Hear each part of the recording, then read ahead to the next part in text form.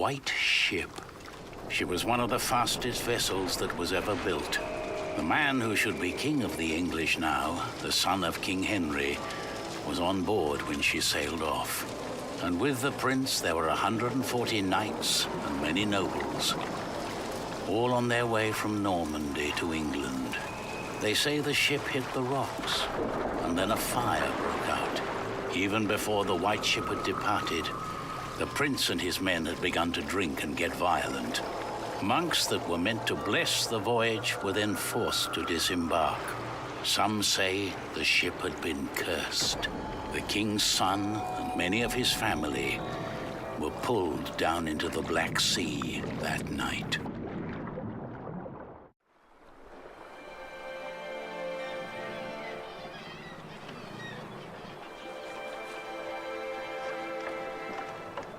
You're forgetting one important detail.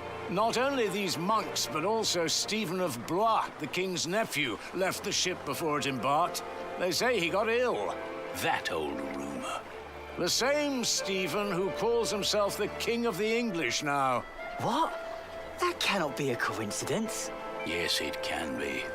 Of course he's king now. He survived. He is the king's nephew. What do you think, my lord? I think Stephen is a clever man. Clever enough to have his whole family perish. But why he would want to rule that godforsaken rock, I will never understand. What makes you say that? I love my country. Then why are you leaving? Well, because I want to see something new. I'll tell you what you're going to see. A proper country, where people know how to behave.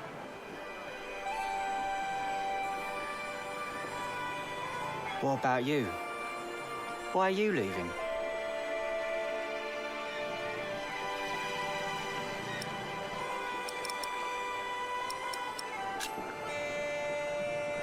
I'm looking for someone.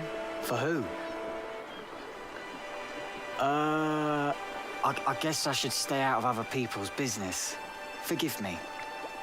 You English do talk a lot, don't you? I just don't know how to feel about leaving my country for the first time. I mean, how should anyone feel?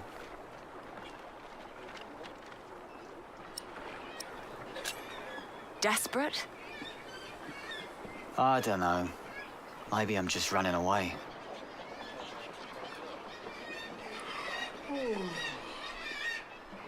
You should all get some rest. It will not be long now till we reach Cherbourg. Thank the Lord. I can't wait to be back.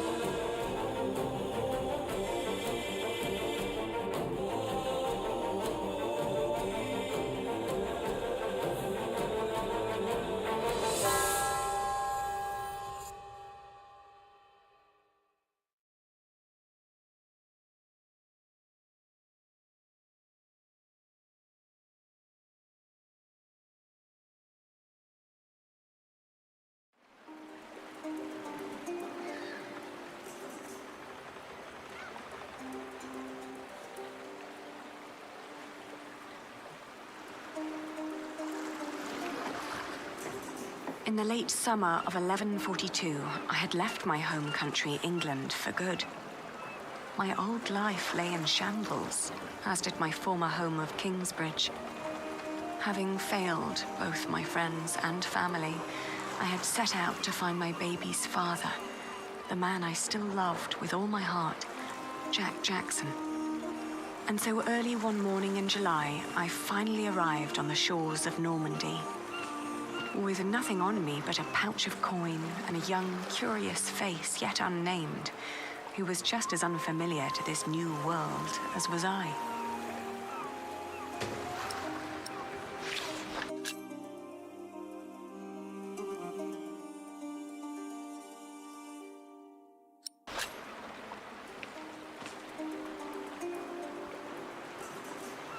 You're still here?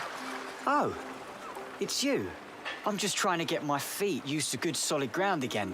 The last bit of our voyage wasn't exactly my pint of ale. That hammer you're carrying, do you happen to be a mason? Actually, I am. You have a keen eye, mistress. I guess I just know a mason when I see one. To be honest, I haven't been one long. Just finished my apprenticeship in Salisbury. Before that, I used to shear sheep with my parents, but I guess that wasn't really for me. Father still hates me for leaving, though.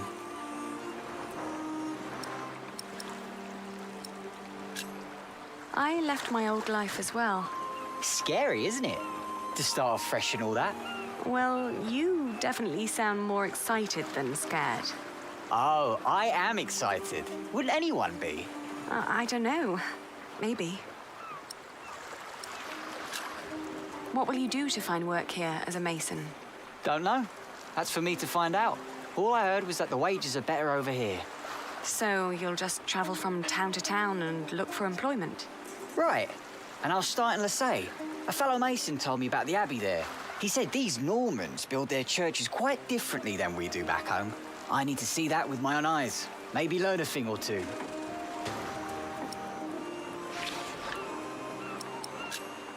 Do many masons go to Lich? I don't know. It's really just a tiny town. The mason who told me just happened to do some repairs there once. It's likely he told others as well. I'm looking for someone.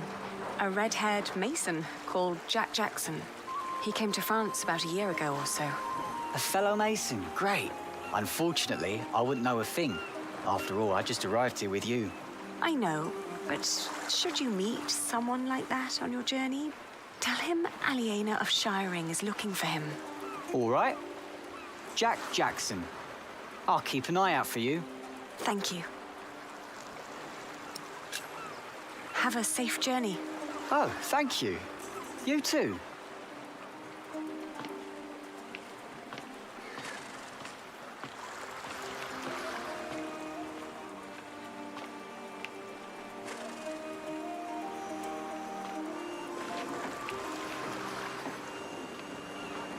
Hey, you. That's quite a bundle you got there. Where are you headed? Do you know the road to Lich? Been there, seen it. But I hope you're not planning to go there on foot. Tell you what, you give me some coins and I'll treat you to me wagon. You can even change your destination once we're on the road. What'd you say? Have you seen a red-haired mason? He must have landed here sometime late last summer. Another ginger in Normandy? I wouldn't have noticed, even if he was carrying a hammer instead of a fishing rod. Maybe you should ask someone in Barfleur. That's where all the travellers come through, the pilgrims and kings. Their lot rarely lands in Cherbourg, with the fortress passing back and forth between Stephen of Blois and Geoffrey of Anjou. Why you even came to Cherbourg in the first place baffles me. It was the earliest ship I could get. You must be in some hurry, madam. Let's just say I needed to get away before I changed my mind. Fine with me. Who am I to judge?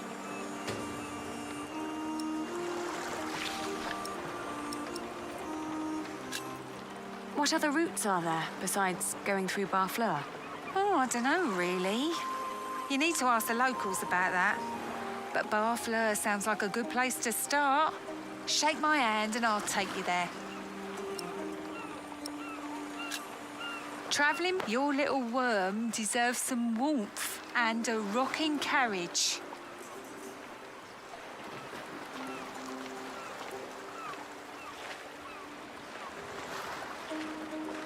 Good day.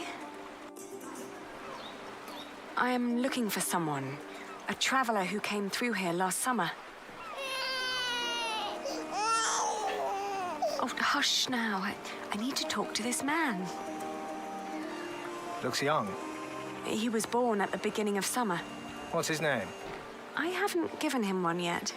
You should. He needs to know who he is. Makes growing up a lot easier.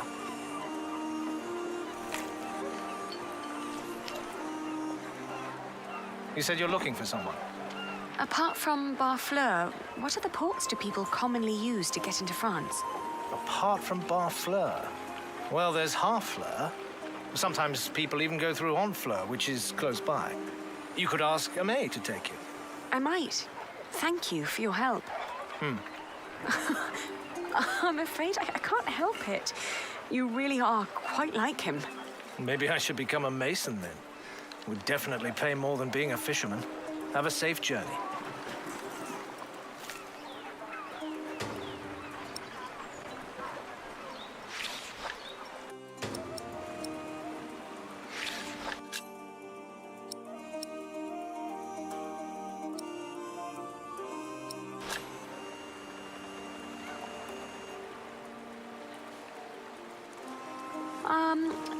What's the way to Lessay?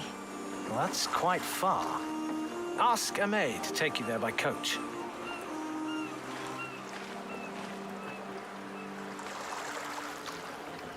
No, maybe I should.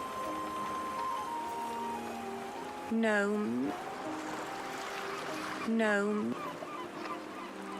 Where did you go, Jack?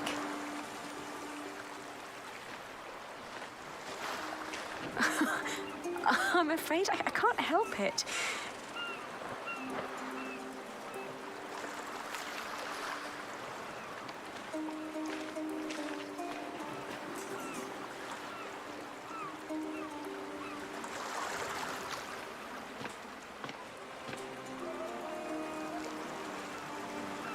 He's only just arrived too. I should ask locals.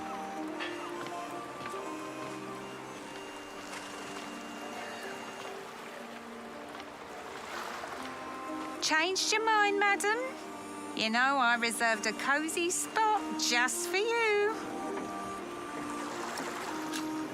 All right. Take me out of town. All right. Where do you need to be?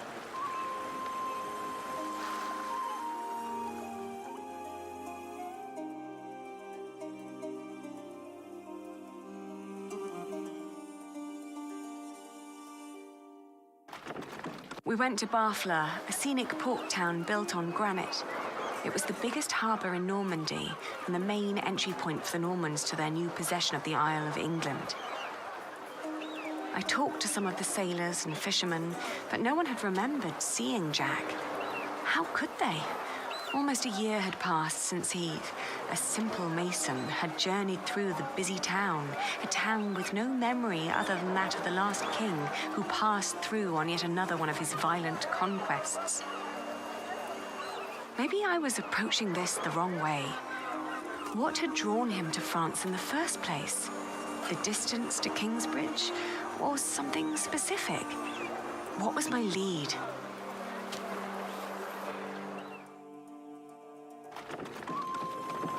Lessay was tiny, but as it turned out, worth the trip. In the small abbey church of the Trinity, I met a monk who claimed to have talked to a man fitting Jack's description. He'd been fascinated by the abbey's rib vaulting and had asked the monks countless questions about the place's construction. The monk apologized that he couldn't tell me where Jack had traveled next, but I didn't mind. I lay down to sleep on the floor of the Abbey guest house and, for the first time in almost a year, I felt relief.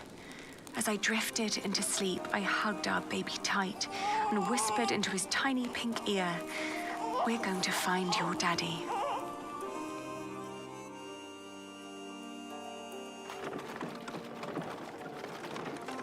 My father had once told me tales of the Mont Saint-Michel. Long ago, the Archangel Michael had urged Hubert of Avranches to build an abbey on a lonely rock on the ocean by burning a hole into his head. They say one can go and see his penetrated skull on display in the church of his hometown. It was a windy day when I arrived, and the place was crowded with pilgrims and jongleurs. I remembered Jack's fascination with these tellers of stories. I spoke to one who was just taking a break. As it happened, he had indeed met Jack, although not in Mont Saint-Michel, but on a road heading east from there. Apparently, Jack had been hopelessly tracking jongleur who might have known his father, Jack Cherbourg. But as he'd been gradually running out of money, he'd intended to look for work in Le Mans or Tours. That was about 6 months ago. I was catching up.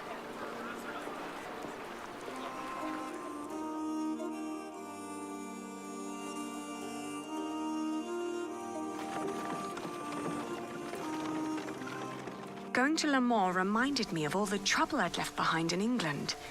30 years ago, Le Mans had been conquered by the Plantagenet Geoffrey of Anjou, Maud's husband. And although they'd held it ever since, other noble families kept on pulling at the city, like Maud and Stephen tearing at England. There was no sign of Jack, but I got news of a new kind of cathedral being built in Saint-Denis, just north of Paris. It was possible that Jack had gone there to learn from the craftsmen. That was, if he hadn't travelled further south, looking for work in one of the many churches in Tours, the hometown of Saint-Martin.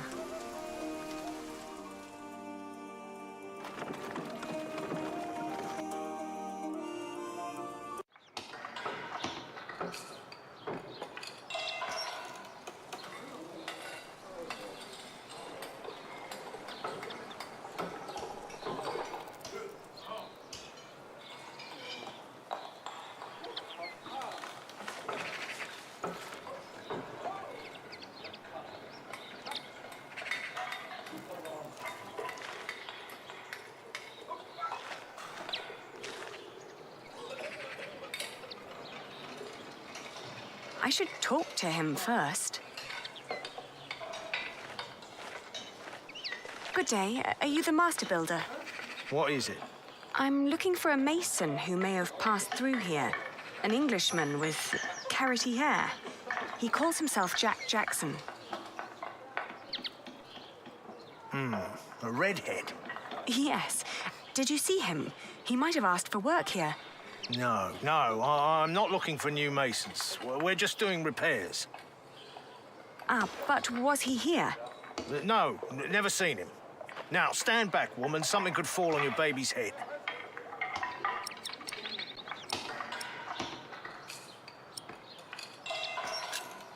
Are there other construction sites around Tours? Well, yes. It's a big town. And where would an outsider most likely find a job? Dunno.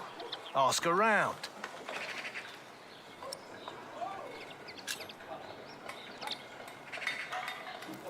You hesitated when I mentioned a redhead. Are you sure you haven't seen him? Yes, I am sure.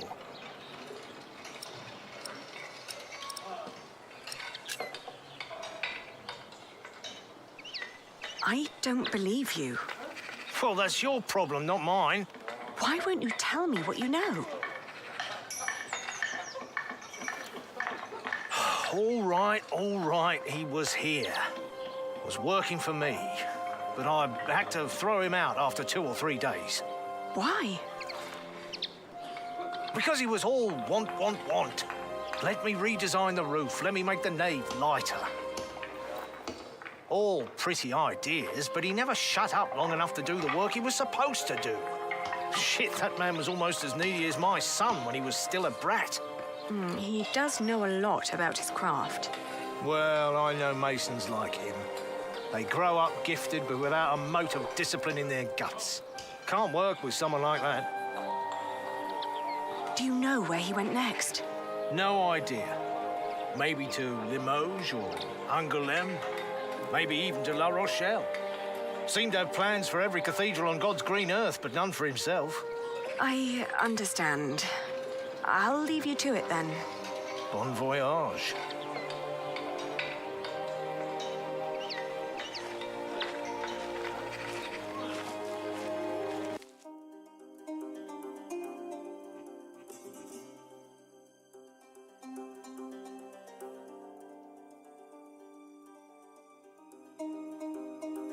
We had just left tour when I suddenly felt dizzy. I stopped and made rest, trying to catch my breath, then lost my breakfast in a ditch at the side of the road. To my horror, our baby too had grown pale, his breath shallow like that of an old man. I tried not to panic, but the next inn was a long distance away and we couldn't stay on the road where it was wet and cold.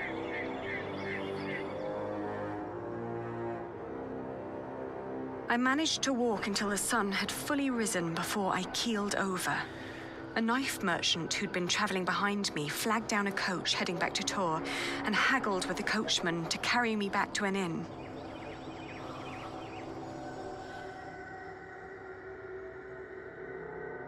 Back in Tor, the fever got worse. I remember people carrying me into a room, laying me on a bed. I tried to feed my baby, but after that, everything turned into a blur. When I awoke, Jack was standing next to my bed. He scolded me for following him. "You know you could go anywhere you want," he whispered. "Why be stupid and follow me?"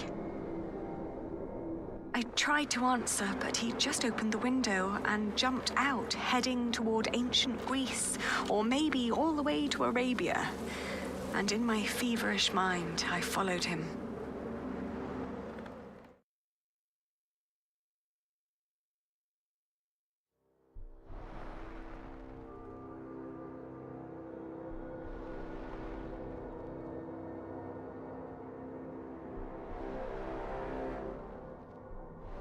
The further I went, the angrier I got.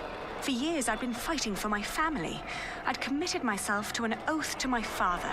I'd built up a business to sustain it and even married a man I despised so I could create a future for the people around me. I'd known nothing but my duty to the men in my life, while the man I was trying to find lived a life of casual irresponsibility.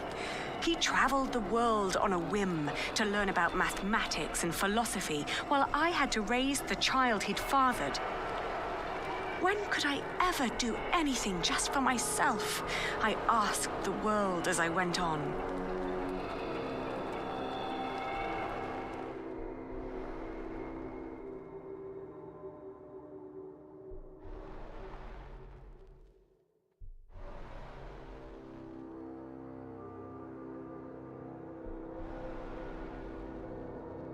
I'd traveled in a circle all the way to the edge of the world and back, only to return to the place of our failure. With my eyes closed, I listened to the sound of ripping yarn and crumbling walls, and of coaches carrying good people away into a cloud of crimson dust.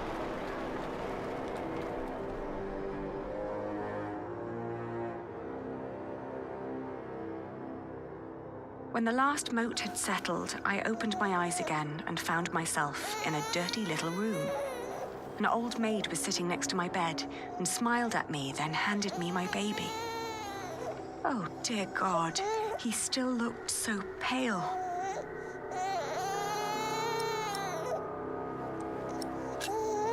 The more I tried to keep him warm, the colder he felt.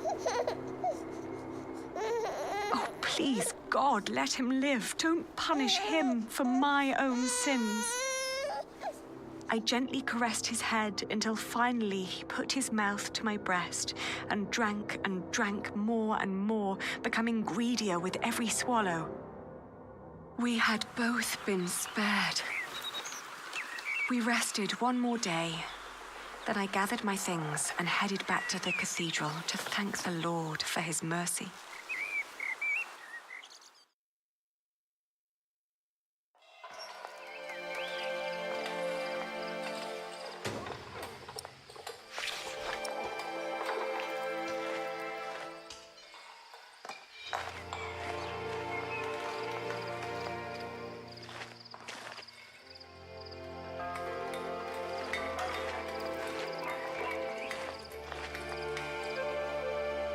This isn't a good place for praying. This isn't a good place for praying. Where did you go, Jack?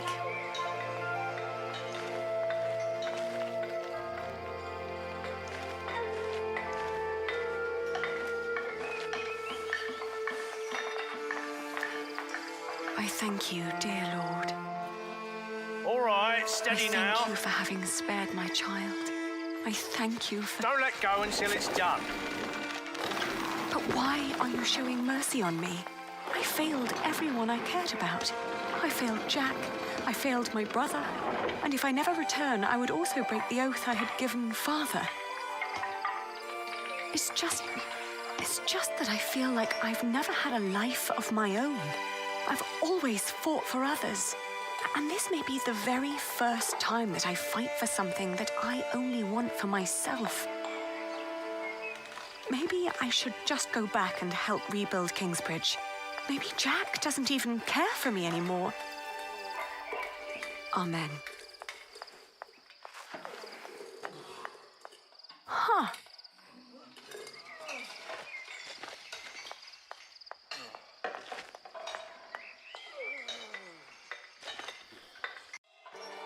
I've seen one of those before. It's amazing, isn't it? The man who did that really had it in him.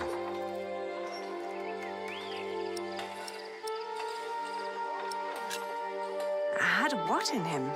The spirit of a true Mason. It's a shame that the Master let him go.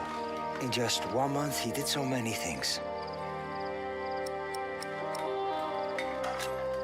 The Master Builder said he'd fired him after just 3 days. Did he? Well, maybe that's how he remembers it. The two didn't really see eye to eye, you know? To tell you the truth, everyone thinks that he feared for his own job having someone like that around. The last thing Jack did was carve that corbel. It was the one thing the Master let him do. Then when he was done, he was asked to leave. Your master said he had no discipline. Let me tell you something. Jacques worked very hard on it. He was impatient and had a temper, but you could see that he tried to overcome it. Conquering that rock was very important to him. Oh, I understand that so well. Do you happen to know where he went next? He wanted to walk the pilgrim trail to Santiago de Compostela. The Camino? The Way of St. James? He said he might find someone there who knew his father. Just one more thing. How was he when he left? Never thought about that. Relieved, I guess. He seemed ready for something new. Thank you so much for your help. Think nothing of it. And good luck on your travels. May you find what you are looking for.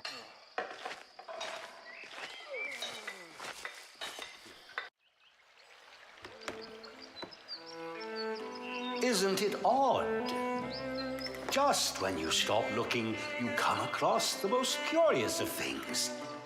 Like these 3 devices that one of my merchants brought back from Baghdad. Oh, no. Is it another one of your Banu Musa toys, Rashid? They're not toys, Adriel. They're objects of scholarly ingenuity and reflection. I will let my valued friend from the north do the honors.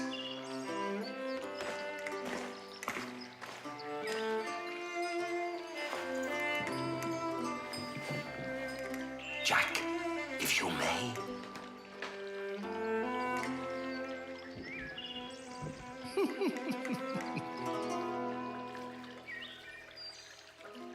For one, let me draw your attention to the magnificent songbird on the table. And then to that wondrous donkey next to the entrance. On second thought, why don't you save the lady for last? Otherwise, the other 2 devices might appear bland and boring in comparison. I agree. Although, the most astounding thing of all stands right between them. That statuette. Ha-ha, precisely. But one thing at a time. Let us let Jack decide what to demonstrate. No, it's too first. heavy.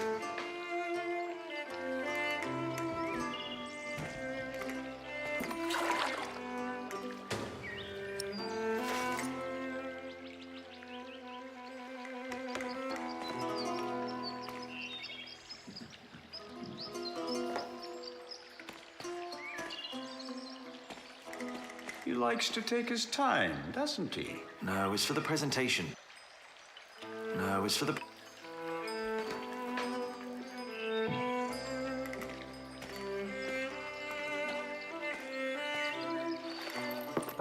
And now? Now we need to add some water.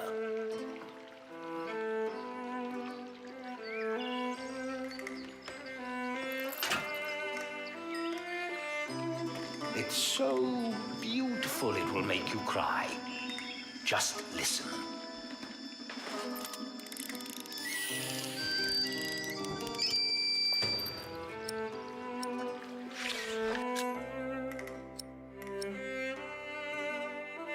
But how marvelous!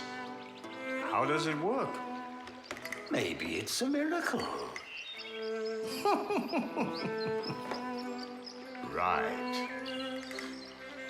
Go on, Jack. Tell them.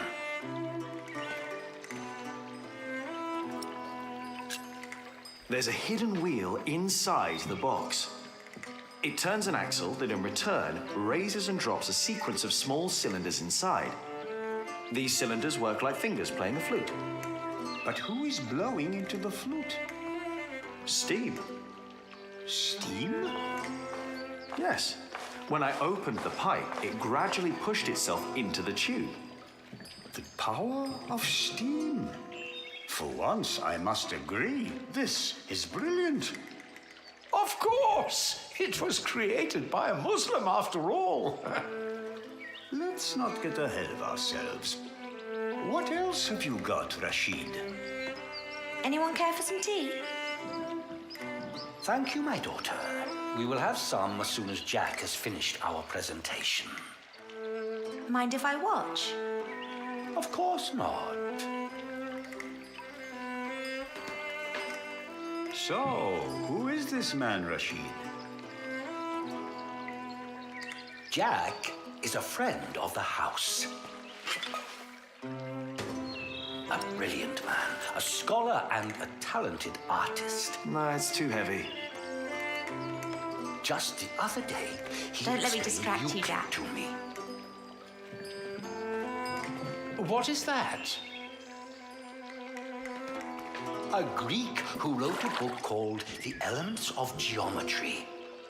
I could watch this man scoop up water all day. The Egyptians translated it into Arabic, and now the Englishmen are turning it into Latin. You showed it to us already.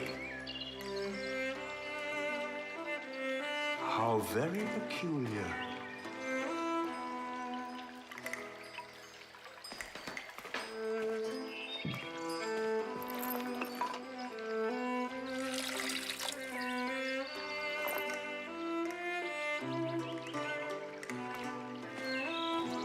Now, watch the head. Just any moment now. There. Did you see? It threw up. Rashid, this is disgusting. Oh, far from it. Would you kindly explain how it works, Jack?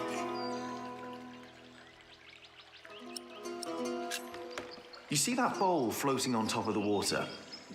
At the bottom of that bowl is a small hole. Through it, the bowl is slowly filled with liquid. Once it's full, it sinks, pulling a string which makes the ball drop onto a weight. This, in return, pulls the bowl up again, emptying it in the process. Thus resetting the entire mechanism. If you timed it perfectly, you could make it drop a ball at every hour. Turning it into a clock. How clever. For me, it's still nothing more than a puking donkey. Show us more, Rashid. One could join those two and build a singing donkey clock. One song after every hour.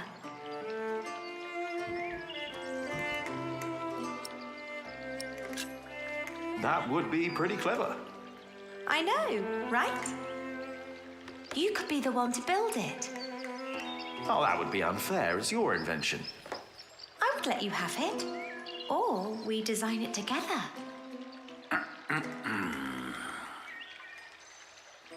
You still haven't shown us that statuette yet. Of course. Jack, if you may.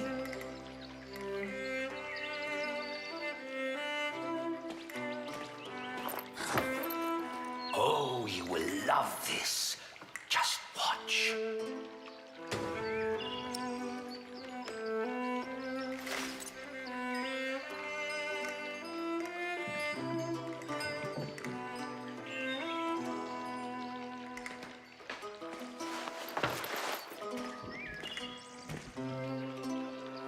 And now? Just be patient, but don't look away. It takes some time for her to...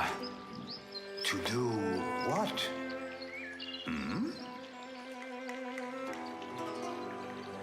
Is it crying? Isn't that amazing? No, it's irritating. Rashid, what is going on?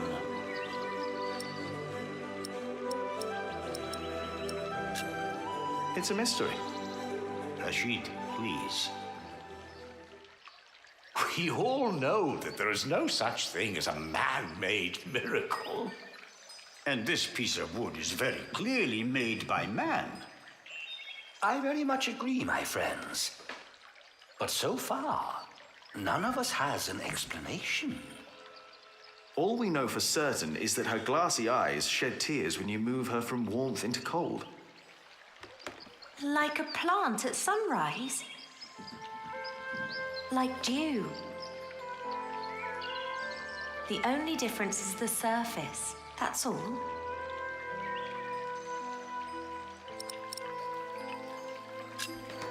I think you may be onto something.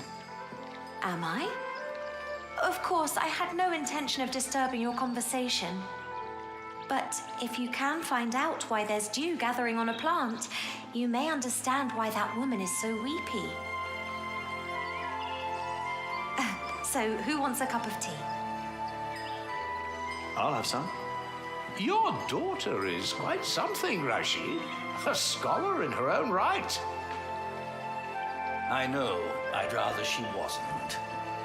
It would make marrying her off so much easier. Oh, I'm certain that won't stay a problem for long. Maybe the dew originates from invisible water in the air. Water that stays hidden when it's hot.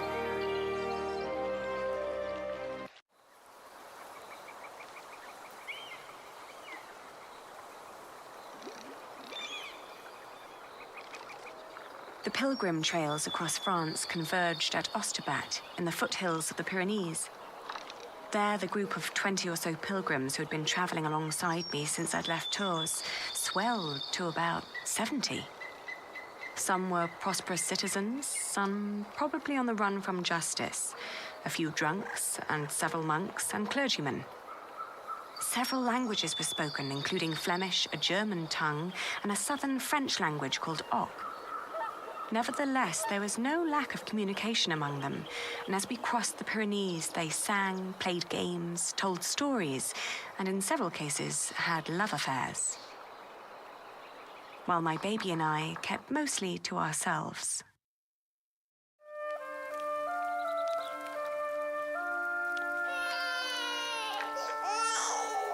Ganz schön frech, die mit ihrem Kind.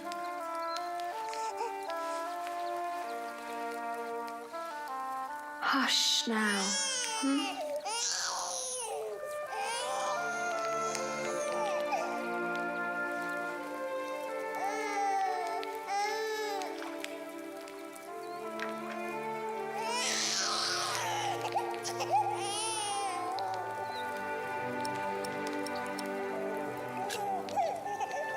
Richtig dreist.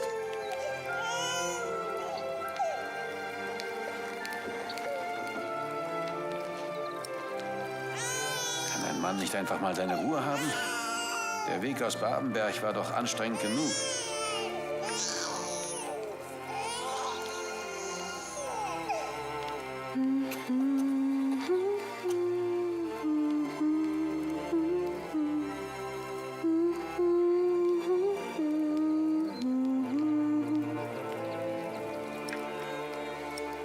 Ein Kind hat ja auch gar nichts verloren. Stimmt doch, oder? Psst, jetzt ist's aber gut.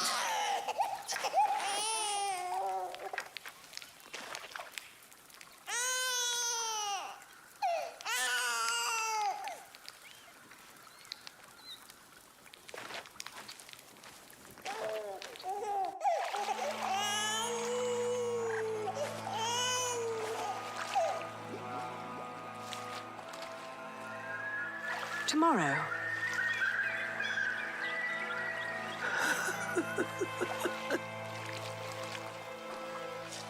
Dear Lord, what are you doing? You should get out of the water. It's freezing. My ring. I lost my ring. Dear Lord, please show mercy.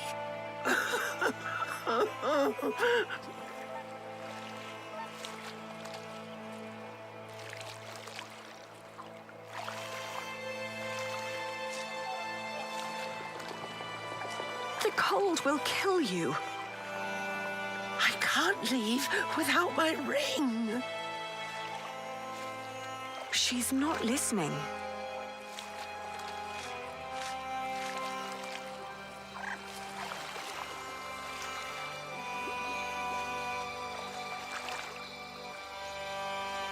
Come back to me. Please come back to me.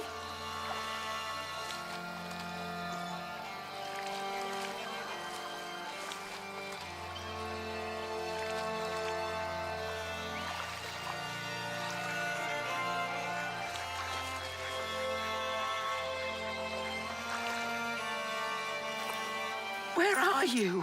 Where did you go?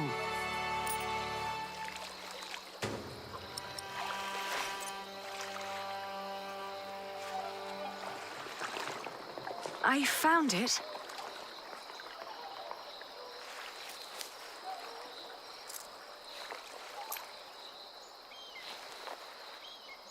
Yes! Oh, thank you. Thank you so much. You are a very kind woman. So very, very kind. I'm glad I could help. Yes, yes. Thank you. Thank you so much.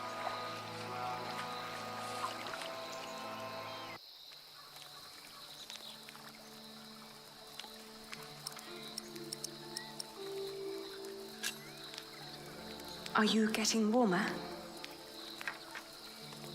I am, thank you. I can see this ring is very precious to you. It was a gift from my stepmother. She thought I would stay forever, but I didn't.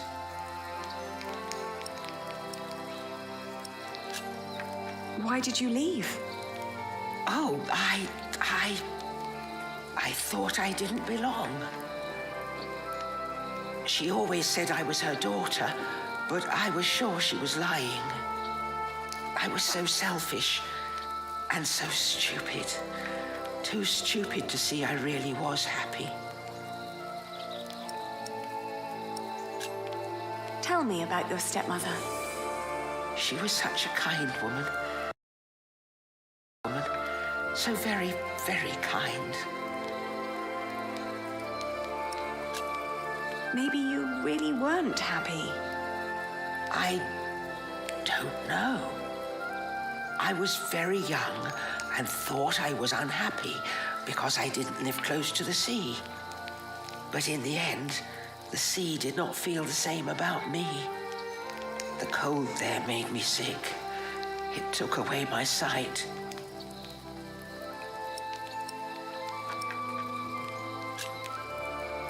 It was courageous of you to leave. You did what your heart told you to. I was stupid. So stupid. Ah, that's why you went on the pilgrimage. Yes, so that St. James might see my devotion and I will be united with my mother in heaven. I'm just not as kind as you. Not kind at all.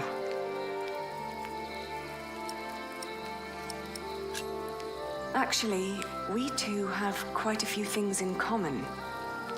I too am trying to make amends, with the one man I loved the most. I was told he went straight to Santiago.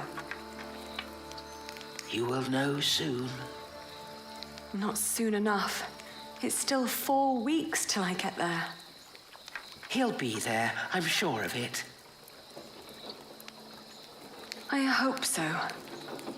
I just feel that with every day that passes, I'm losing him a bit more. And that the only thing I can allow myself still to hope for is not love, but forgiveness. I understand. Hey, hush now. Not long now and our journey will be over,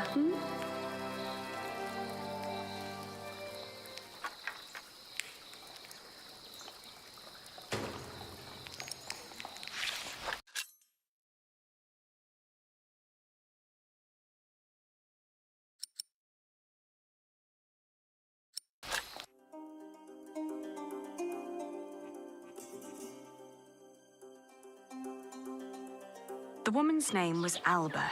She came from a small town somewhere in Catalonia. I quickly got used to her constantly feeling out for her stepmother's ring and the sad guilt that would always follow in her milky eyes. I wasn't sure if she appreciated my company, but I couldn't leave her on her own either. By the time we reached Los Arcos, she'd stopped talking, while I kept on dropping a kind word here and there to let her know I was still by her side.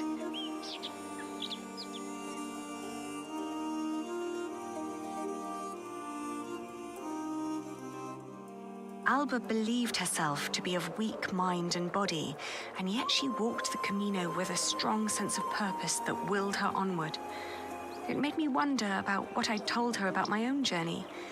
Did I hope for love, or was I really traveling because I needed him to forgive me? But what was there to forgive? My decision to marry Alfred had been in the best interest of the people of Shiring. It was a sacrifice I had to make to stop the evil reign of William Hamley. These questions had haunted me for a long time now. But if I really was going to see Jack soon, it was time to make up my mind.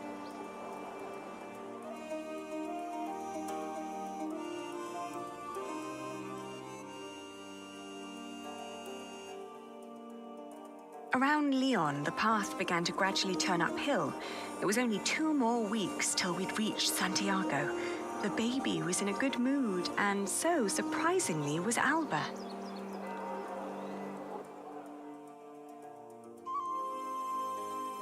After Astorga, the trail got more difficult. Alba became slower and slower, and we had to rest more. She became quiet again.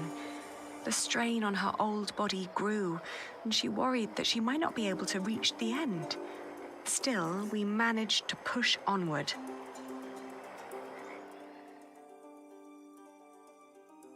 The next morning, she refused to get up. Her breathing was disturbingly shallow, and she hardly noticed me touching her forehead. "Everything hurts," she said, and urged me to continue without her.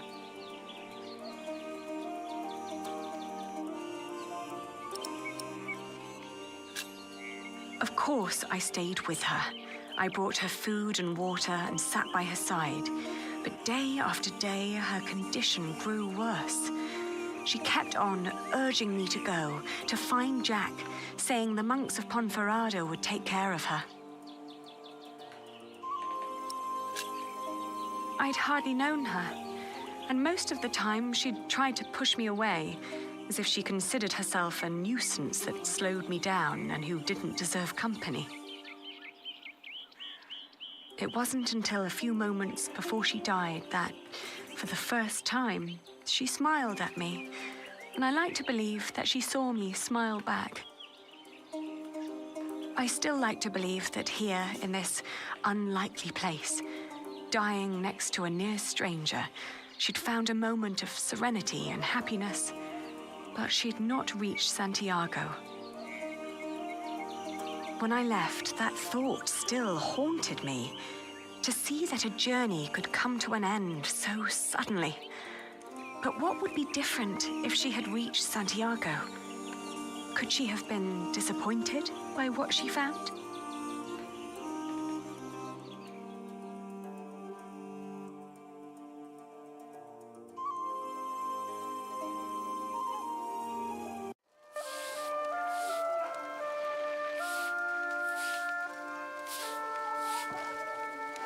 After months of hard travel, the child and I finally reached Santiago de Compostela. In the evening, we attended Mass in the great cathedral, then started to roam the town looking for my dear Jack. It was almost dawn when finally a priest pointed me to an inn close by.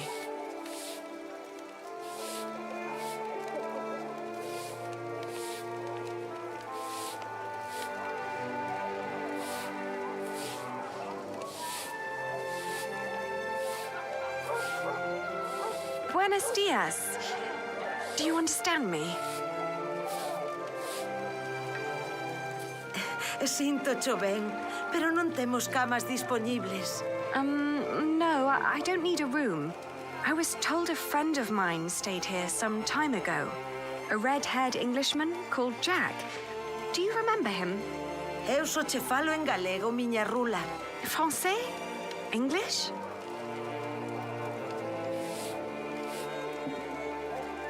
Have you seen a man called Jack Jackson? Jack? He's a mason. Jack? Yes, have you seen him? Pásanche por aquí centos de peregrinos, e cada un eche de seu pai. Vas ter que ser algo máis específica. I don't understand. I was told that Jack stayed here, but how can I make myself understood?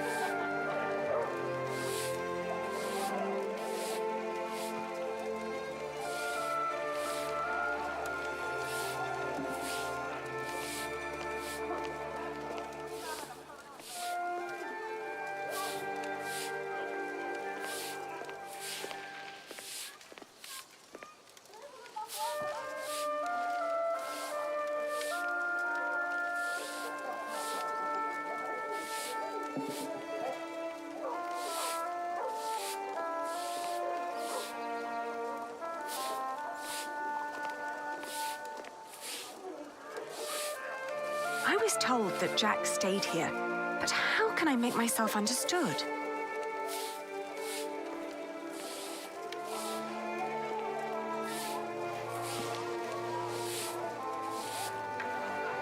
I'm looking for a man who likes to read a lot. E logo anda sempre cun libro en riba. Have you seen anyone like that? Pero, por que levas un libro en riba? Vas descangallar co peso. She doesn't even understand that I'm looking for a person yet.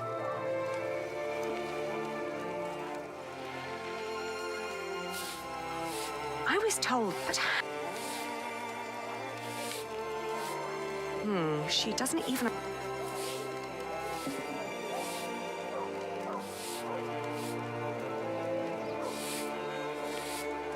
Where are you, Jack? I already tried that. No one...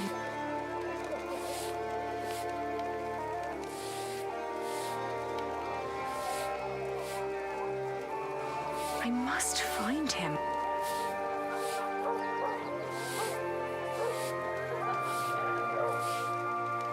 Where are you, Jack?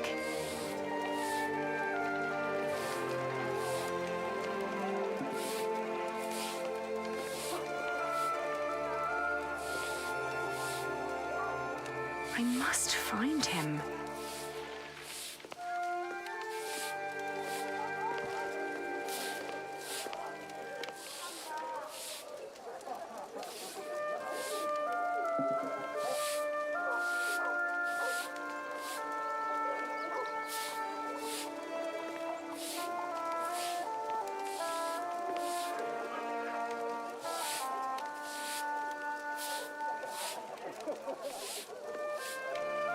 Where are you? She doesn't even...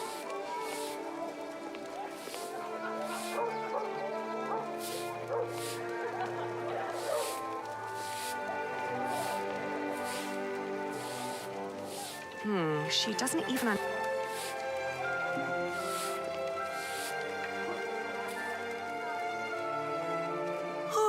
Que cousinha, Ch rubio. Sí, redhead.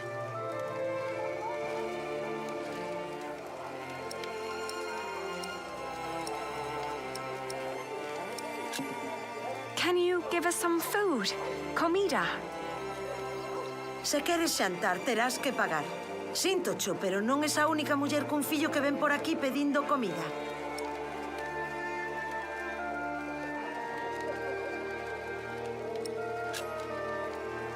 I haven't given him a name yet. E logo, como dis que se chama? I want his father to have a say in it too. Ah, o seu pai ten que estar moi orgulloso. É un peregrino? Oh, no. He's not a pilgrim. Entón, quen ven sendo?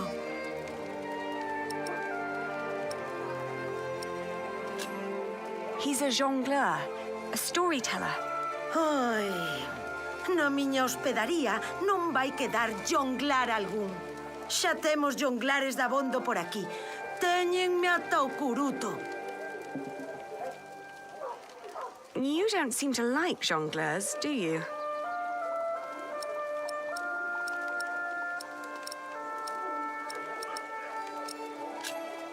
He's just a simple traveler like anyone else.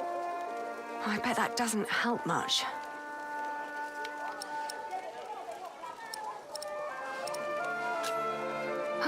Is there someone inside who might be able to translate for us? Nena, que temer que quen te entenda. A translator? A guest? Agora mesmo estanche todos a dormir. Case che diría que volvas mañá pola mañá.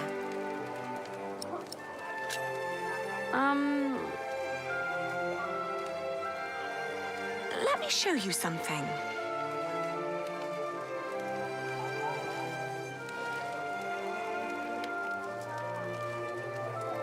I was told he used to stay here.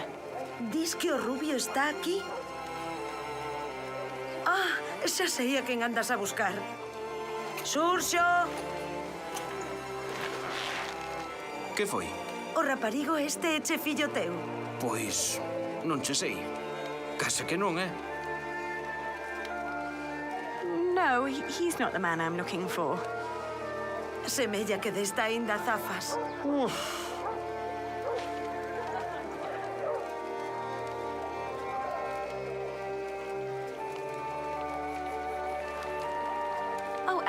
Can you help us translate?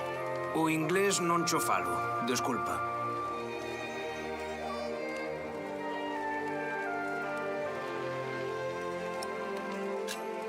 He's a mason. Ai, mal rayo me partas, entendo o que me estás a contar.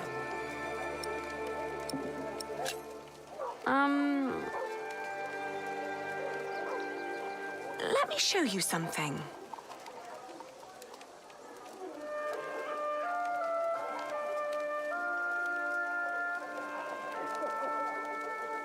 I'm glad I never had to use my dad. I'm only keeping it for emergencies.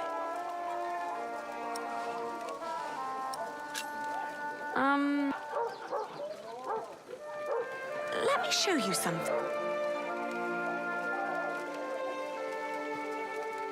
Now I need to...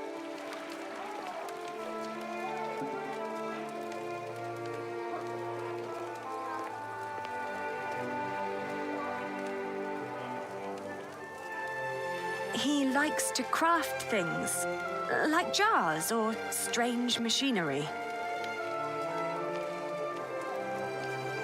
Ai, que diantres andará a dicir a muller esa?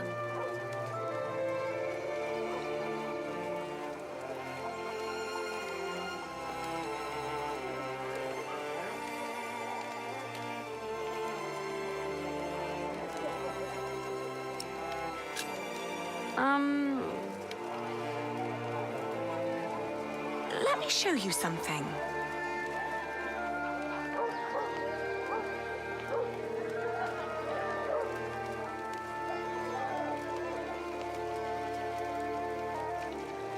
He's a mason. He builds things like that. Ah, Ch masón. Albanel. Sí. See, a mason. It's the same word in Galician. Por aquí pasan unha morea de masóns. Non me poderías dicir algo máis sobre el? Oín falar dun masón que dis que se dedica a traducir libros en Toledo. Polo visto, di que se chama Jack. Yes, Jack. Have you seen him? Non sei cal será o seu apelido, pero ben é certo que non chai moitos masóns rubios aos que lles guste ler. Se tan desesperada está, por que non vai a Toledo a comprobalo por si mesma? Entón, marchou para Toledo.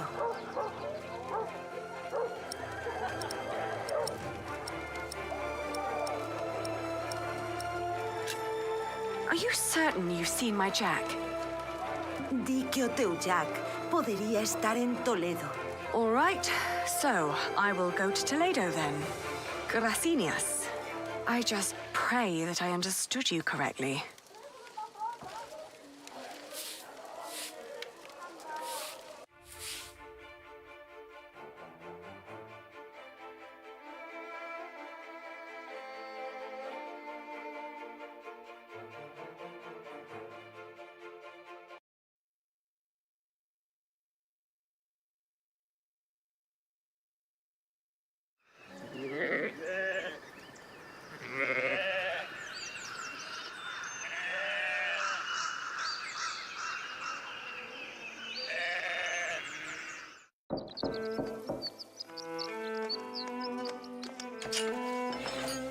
Buenos dias.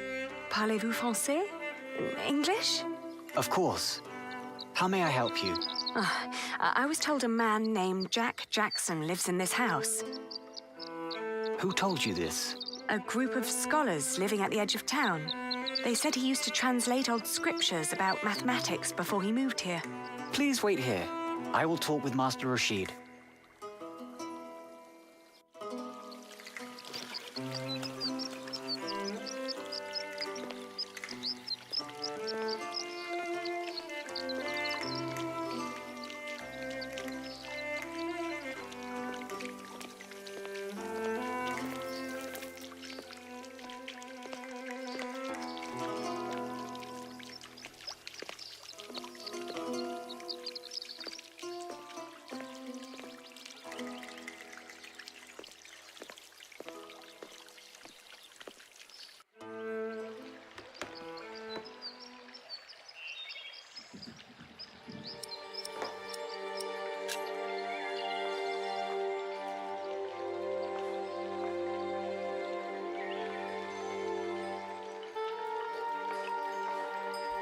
It's his.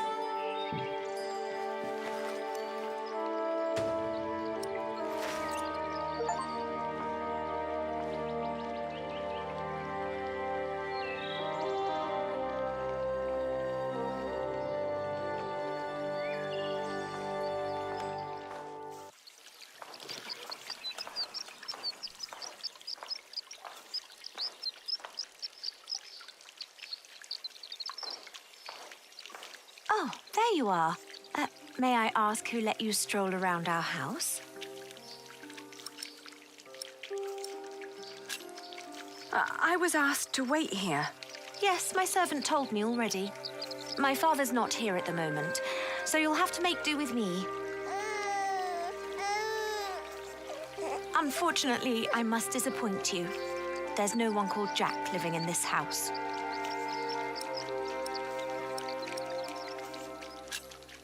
Maybe he took a different name then. I'm sorry, but this is not easy for any of us. I think you should know that Jack and I are promised to each other. Maybe we should go inside. The sun's burning, and my mother doesn't need to hear us.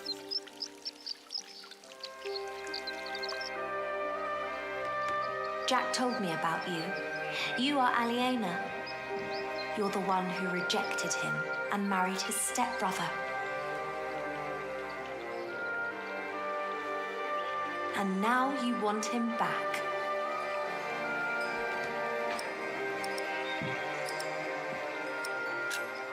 I need my son to meet his father. His father? The little one is Jack's son. He is. He always said that he had come here to find out about his family. But instead, he found out about everything else. About philosophy, mathematics. When he and my father met, it was love at first sight. They studied together and made great plans. But in the end, Jack would always start talking about his cathedral again. This great church he would build one day. Rib vaults and pointed windows. He'd ramble on about it for hours and stare up at that ceiling. We three sat here for hours and talked. And then in the evenings, it would be just the two of us. So many strange ideas about the future. Some barely more than silly dreams. Others almost in arm's reach.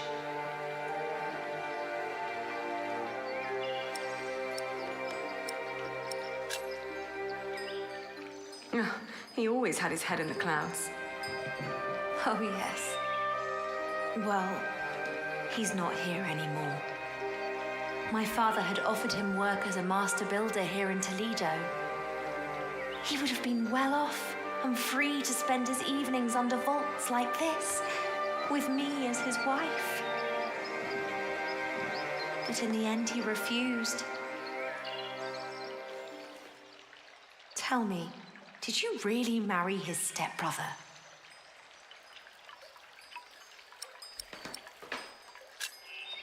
It was a mistake. I know that now. I did it to fulfill a promise I'd made to my father. I thought I had no choice. I didn't want to hurt him. Believe me. I do. You know, he left me because of you.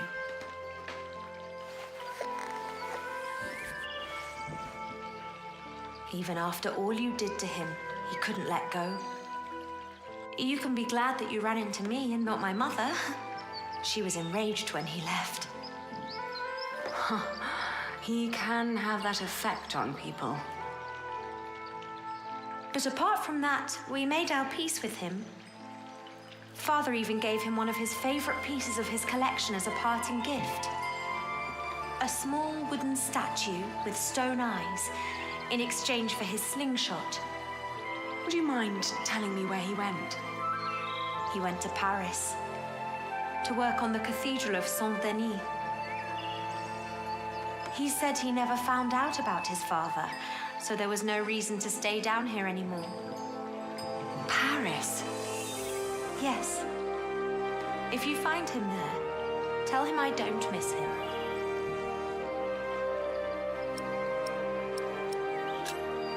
I am sorry for all this. You don't have to be. What is the child's name, by the way? He has none yet. I wouldn't name him without Jack. Isn't that a bit silly? Maybe. But he's his son as well as mine. It's his right to have a say in it too. Then off to Paris. That baby needs a name. He will get one. Thank you.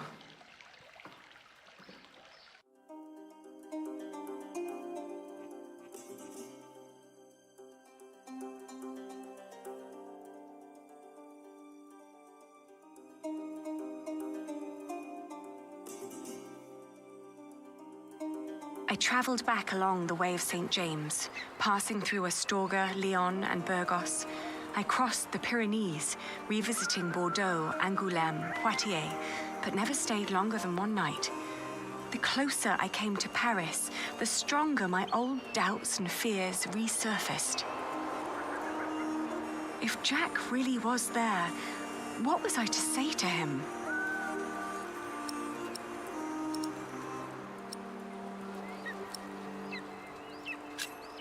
We had to hear each other out before we could walk on again, in whatever direction that would be.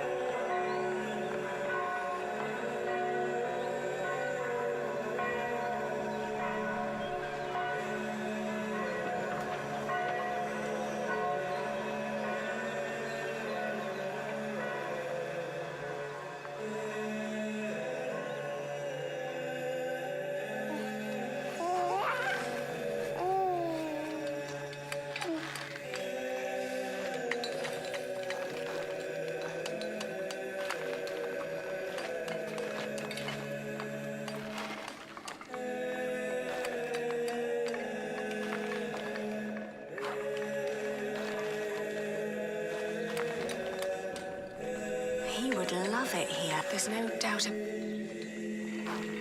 No, I'll find. They always. He would love it. There's no doubt.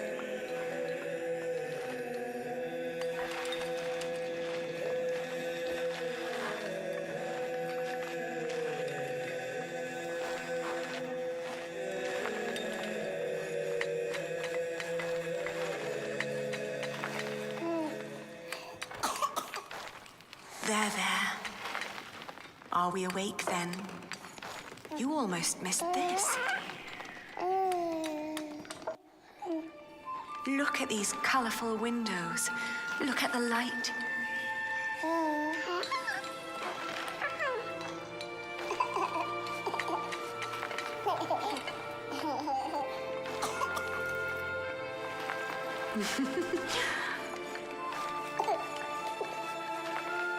Ali.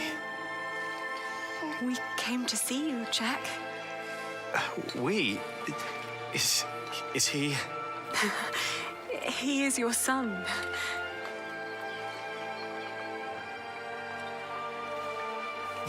My son?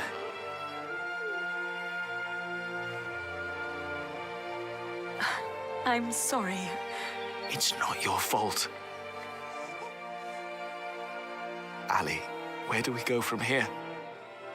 Wherever we go, I want to go with you.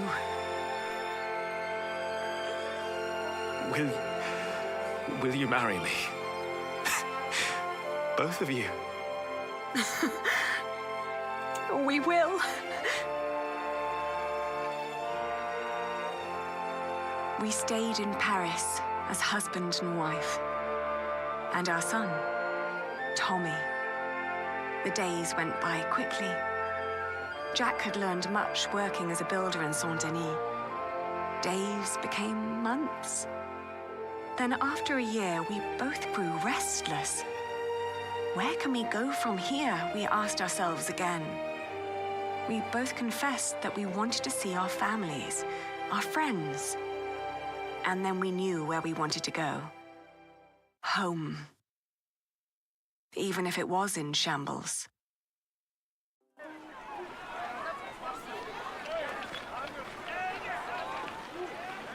We need to hurry. The ship to England will leave soon. What's going on here? Whatever it is, if the crowd doesn't clear up, we'll miss our ship.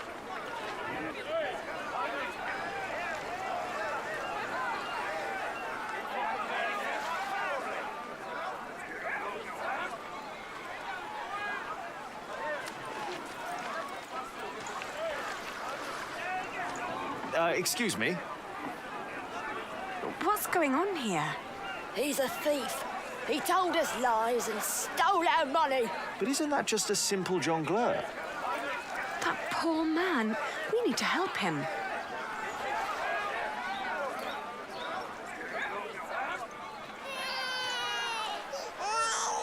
Oh, he doesn't like it. Neither do I.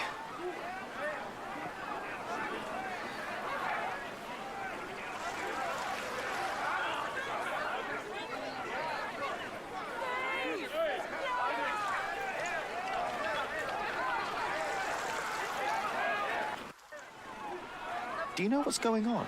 Oh, chaos. I can't get these people to calm down. God knows I tried. What happened? The jongleur told the crowd a few stories. Then he sold people some miracle charms, but it was just fairy tales and painted stones. Well, it always is. I know, but I'd need a real miracle to calm them down now. Otherwise, they'll rip him apart.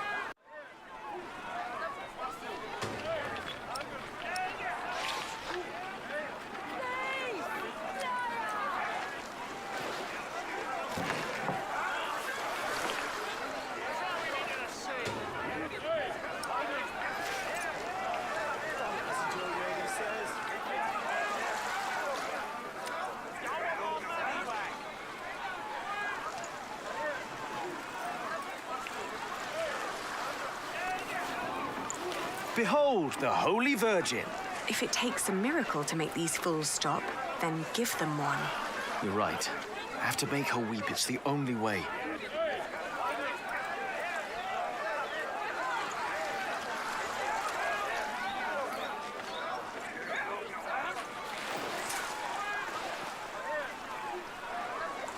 see? It's working. Your friend Rashid must be quite the miracle worker.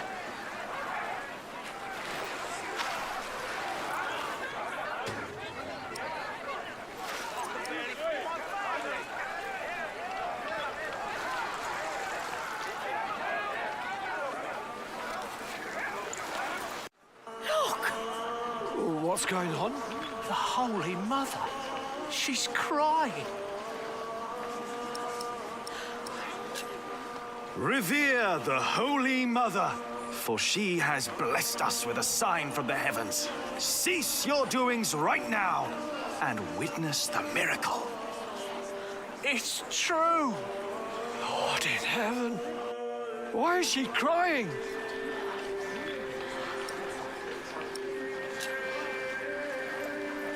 She weeps for your sins.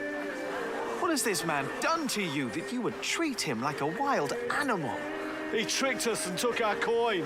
And you would kill him for your own foolishness. The Holy Virgin weeps, for you are not living by the word of God. It is the Mother of God. Forgive us, Holy Mother. Where did she come from? For hundreds of years, she languished in the land of the Saracens. Dormant, she has been waiting for the one to bring her home. Listen to what he has to say. The Holy Virgin has chosen this young family to protect her. Tell us all where you are headed. Her destination is beyond these waters. In the small town of Kingsbridge, in the earldom of Shiring. There she wants to rest. Kingsbridge? Where's that? Hail Mary! Make way for the Holy Virgin! Hallelujah! Make Robert well! Huh? Blessed Mary, let my daughter conceive. Give us a good harvest! They're donating to ask for her blessing. The weeping Madonna shall hear your prayer. And with your donations, I shall build her a new shrine at Kingsbridge, a cathedral.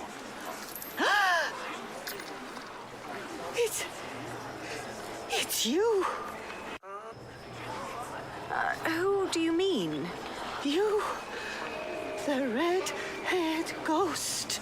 Me? A ghost? My husband is very much alive. I've known him since he was 12 years old. But he drowned. By God, you drowned. 24 years ago. On the white ship. My poor son. My Jacques. His name was Jacques. Jacques Cherbourg. Jacques Cherbourg.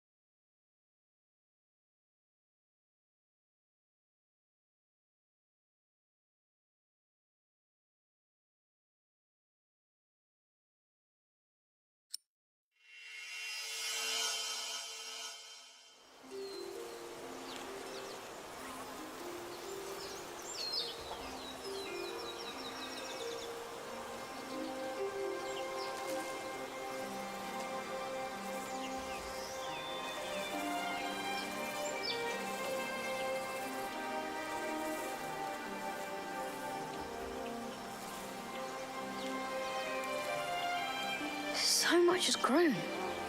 But there are no roots, no herbs.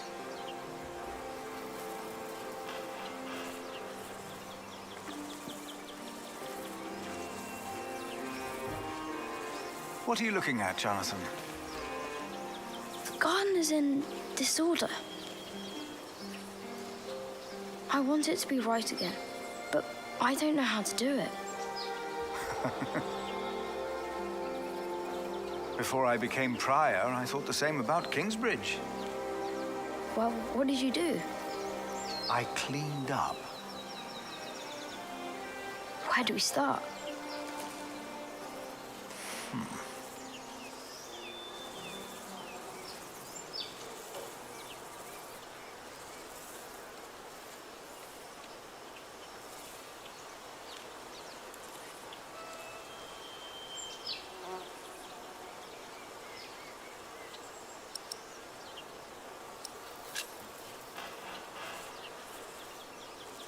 For plants to take root, the soil must be loose and fertile. Oh, so we have to dig? But it's still overgrown with weeds. So what can we do? Well...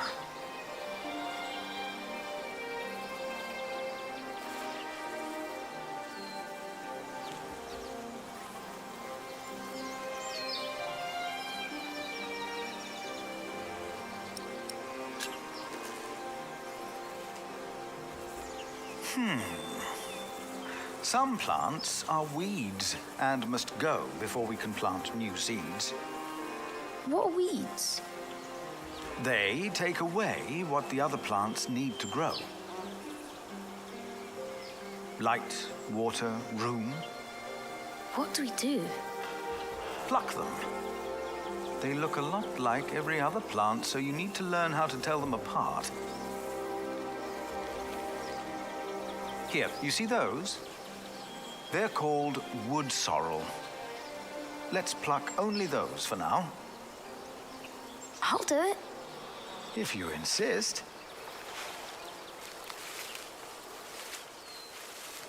Make sure to pull out all of the thin roots. And now what do I do?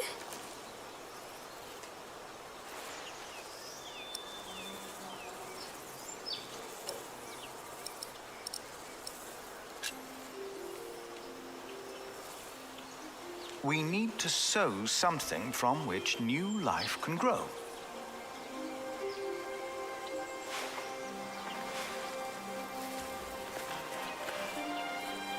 What is it?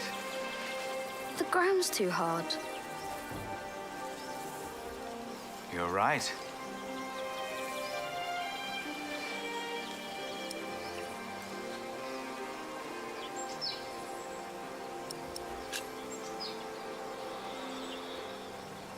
Now we can prepare the soil.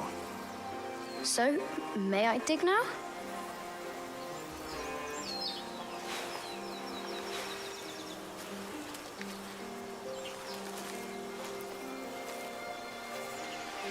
Done. What's next?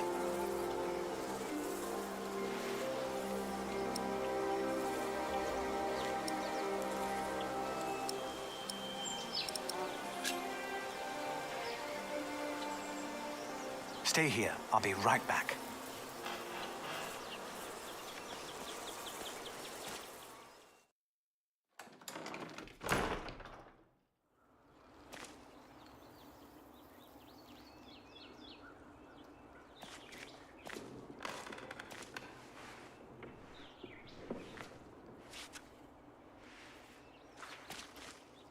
Now, where did you put them?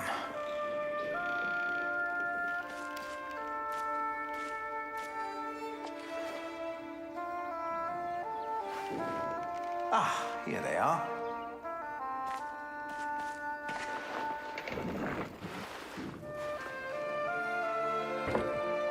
You always said you wanted to plant these seeds and make a new garden with yours. I think it's about time.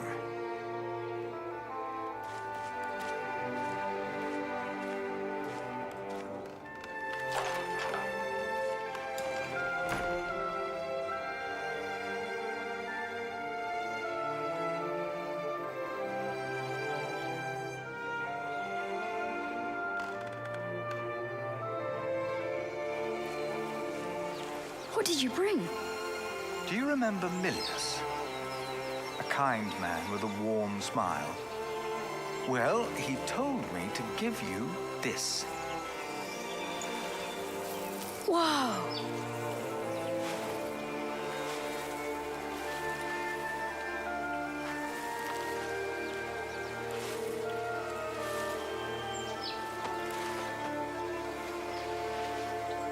Now we just have to wait. All right.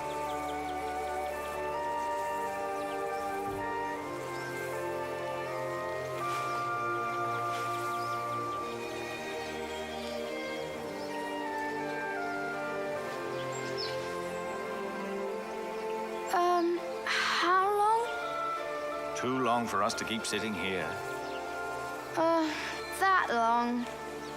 Some things take time. And only with patience will you receive your reward. Why do we have to do all these things if all we had to do is wait? Simply waiting would not have been enough, Jonathan. You just paved the way for things to take their course. They are happening right now. And in a few days' time, we will return and see the first green leaf of something new. Oh. Is it God's reward? Maybe. Does he make things grow? You made it. No, I just planted the seed.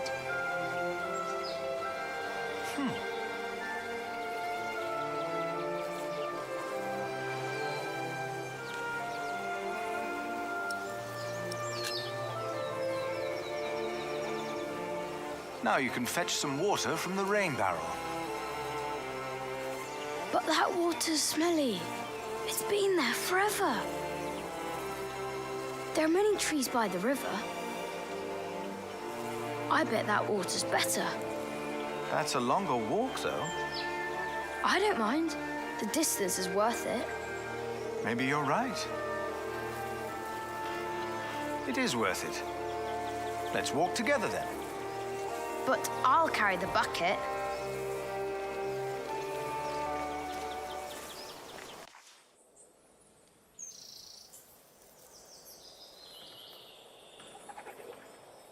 Why isn't Remigius holding the sermon? What's gotten into Philip?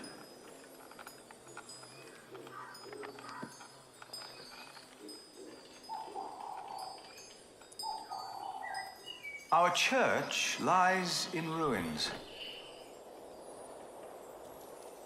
But all of this, these dire times, have revealed something important to us. Something that, maybe until today, I wasn't aware of. What do you mean?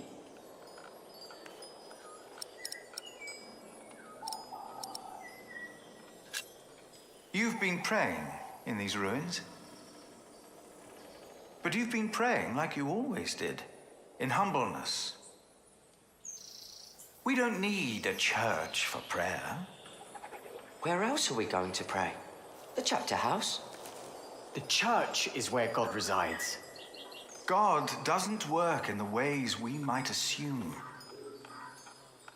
Today, Jonathan tended to our garden to make it beautiful again.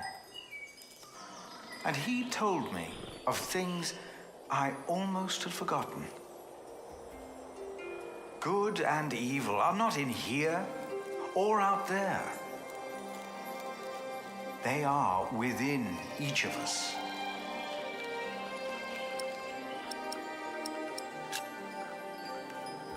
We have witnessed that man carries the devil in his heart. But even before he can take a hold of man, God is born within us, as we were created in his image. Prayer needs no special place, for we are his church. In our actions, he exists. We are God's temple. No man is closer to God than any other man. whether you pray in church or on the streets of our towns. Whether you're a man, woman, monk, or bishop. Philip, look outside. You have to see them. You've got to see the horses and the colors. Jonathan.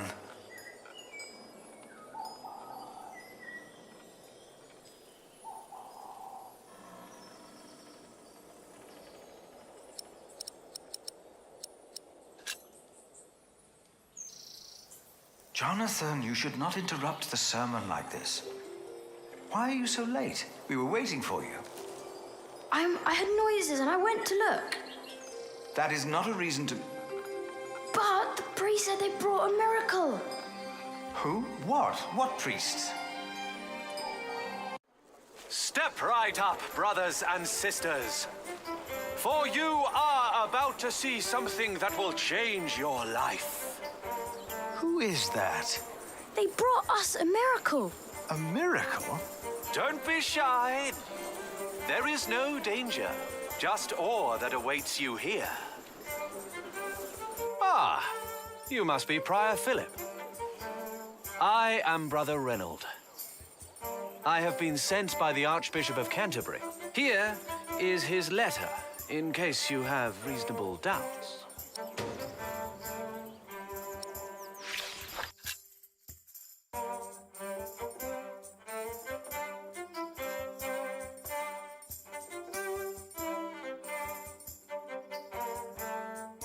We've been charged to accompany the Weeping Madonna. She is to replace the loss of your relic, St. Adolphus the Martyr, who was taken from you, I hear, with brute force. What? On her travel from far away Africa, she has collected donations to reward Kingsbridge for your faith in her and in the Lord. I can't believe this. What is all this? You do believe. That is why she came. And that is why you shall witness her miracle for yourself today.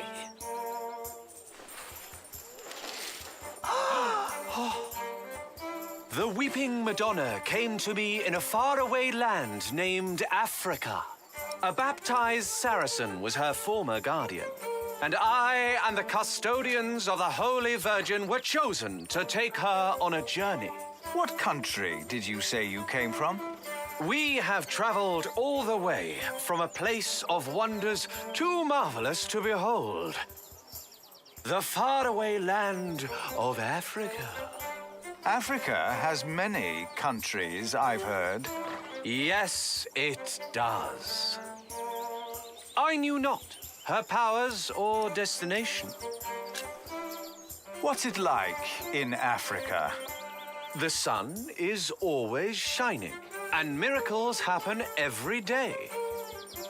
It's a land of great deserts, fig trees, and creatures that an Englishman can't even dream up. Like these horses. Are they horses? They are not. To you, they might resemble horses, but the name the Africans have for these creatures is impossible to pronounce, even for me. Many bore witness to her miracle before it dawned upon me. You mentioned there were fig trees in Africa. What are they? It's a fruit, of course. It looks like a strawberry and tastes like a pear. The scripture mentions these figs, and they sound nothing like that. Why is that? No two apples look or taste alike. The same goes for figs, and doubly so. I'm getting the impression that this man has never even been to Africa. But why would he lie?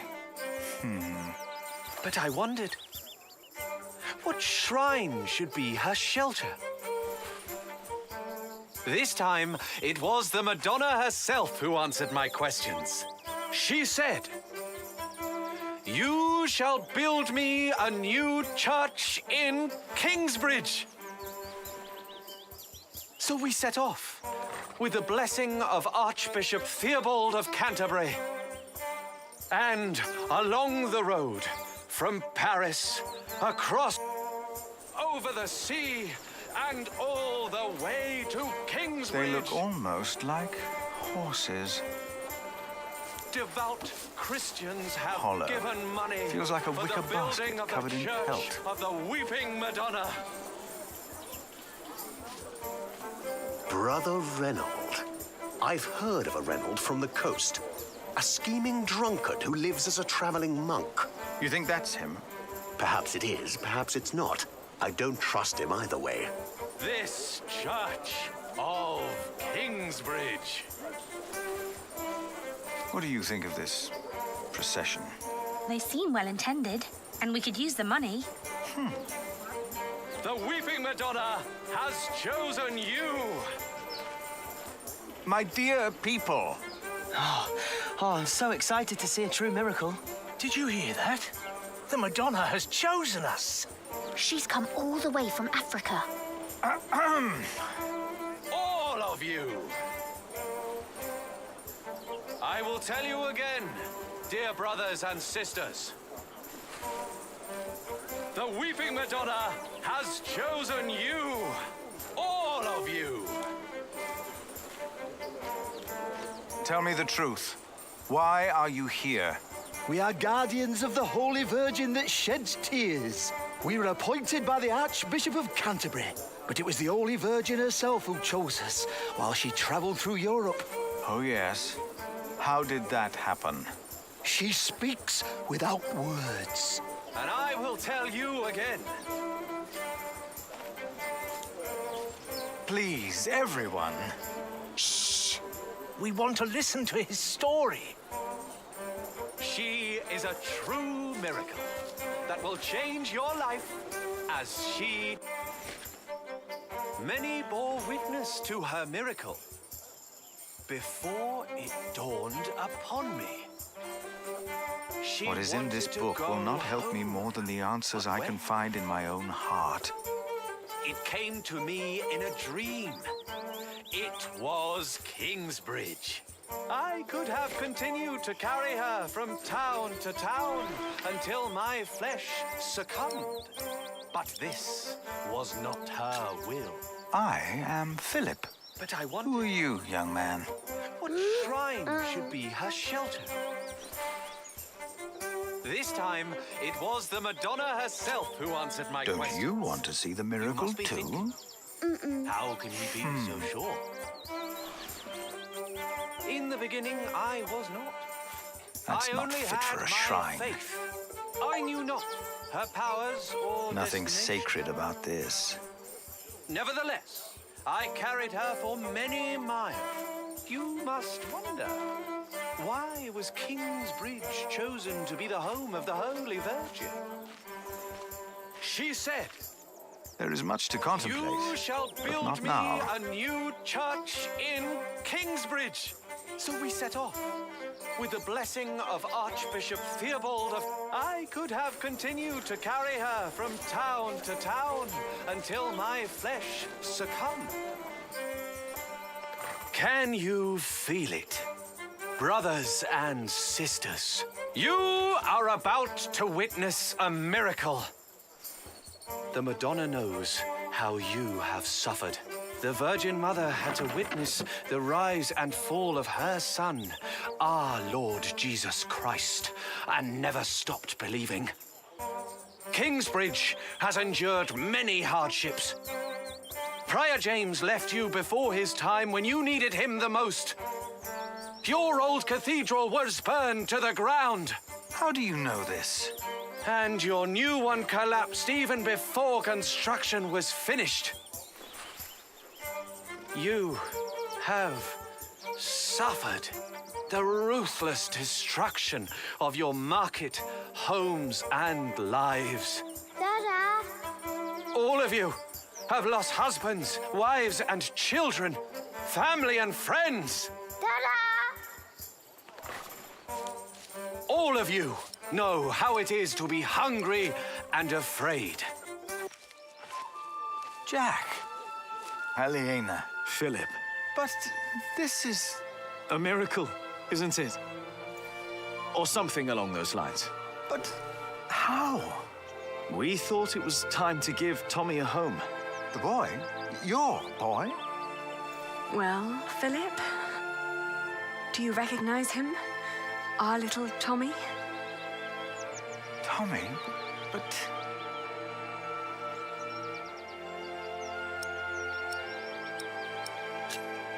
It's been almost 3 years since I last saw you, Jack. Where on earth did you find him? I'd almost given up looking for him. Then Tommy found him. And you decided to come back? Well, this is our home, after all. Then what on earth is all this? This miracle?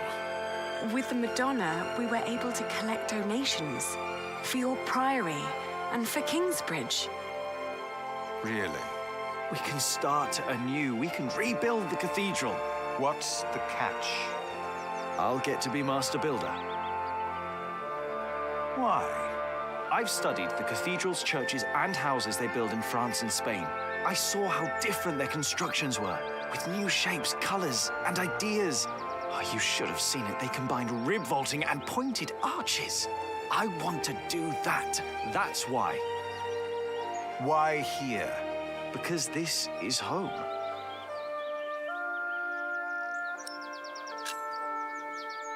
The townspeople probably think that's enough to build a whole cathedral. But to me, it looks like about £100. You know, that won't even pay for a year's work. Like all of this, it's a symbol. Enough for a fresh start. And the Madonna will stay here. Kingsbridge will attract visitors and donations again. You mean I should be thankful for these lies and tricks? Jack! Aliena, you came back! We wanted to see you, little sister. How are you? Oh, I'm fine. But look at you! And the little one! Tommy. How are the others? Alfred left Kingsbridge. Catface shows up every now and then. And Ellen returned to the forest. We need to visit her. Father lives with her now. What's wrong, Mother? I'm glad you're back. I am too. Very glad. She looks like she's about to cry. She will weep for your suffering, Kingsbridge. She knows your pain. What now? The miracle.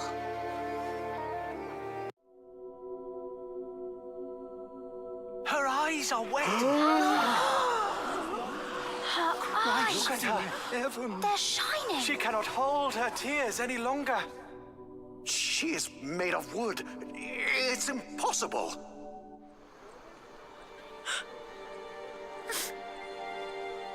Why are you weeping?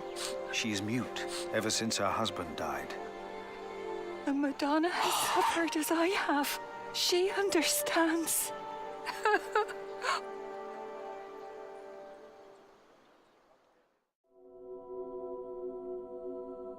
It seems through her faith in all of your lies,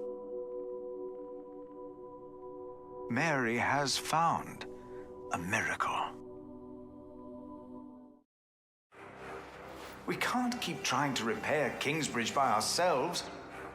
Things are not improving. We're struggling to keep things as they are. But we can't afford to hire help. Without farming and fairs, we're back to Prior James's time. All these past years, my advice was good enough for you.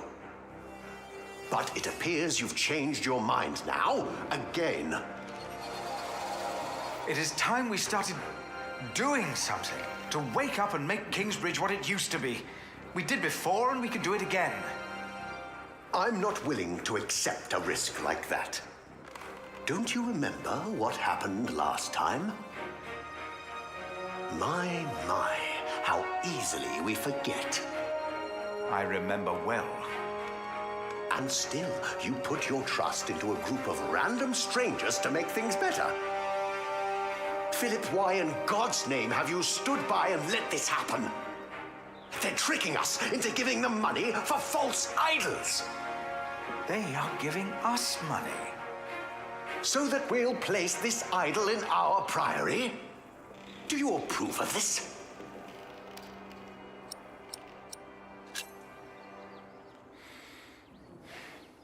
People need hope, and these travelers are giving them hope.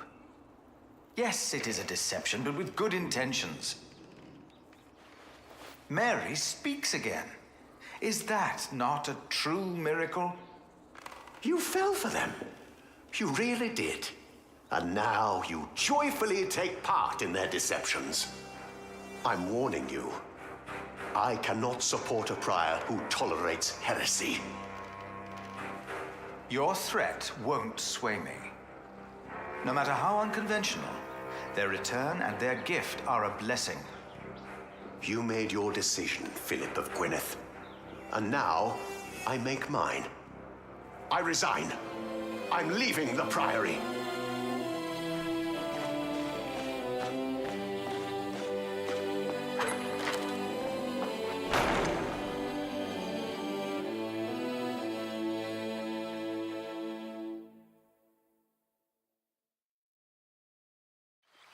You got so big, Tommy. And you're just as shy as your father was. Don't let him fool you. Usually, he's always up to something.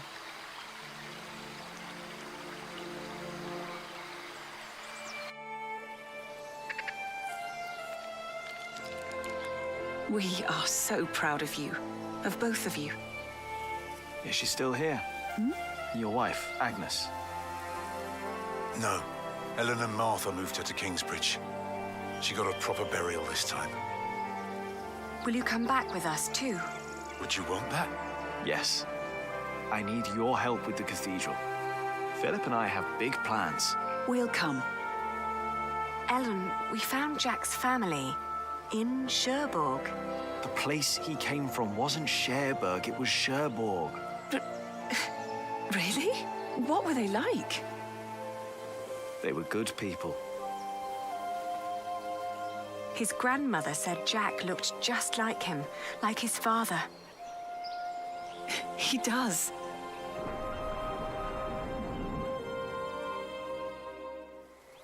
But they never came for him or asked about him. They thought he was dead. His ship sunk. He'd always wanted to go to England. Have you ever heard of the White Ship? No. The king's family drowned. My father was there. He was the only one who survived. Not for long. You told me that he was accused of stealing a chalice. Yes, but I know he was innocent. I heard the story and had to find out what he looked like. He told me his name. I fell in love. I helped him escape. But in the end, they caught up with us. What happened then? They hanged him. I was there. And you were there, Jack. But you weren't born yet. He was led to the gallows. Everyone was quiet.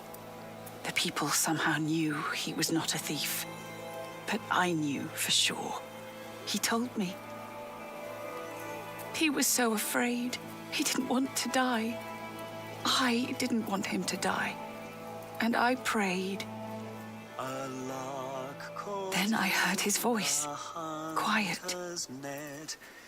Sang sweeter than ever, as if the falling melody might wing and net dissever. At dusk the hunter took his prey, the lark his freedom never. No! No!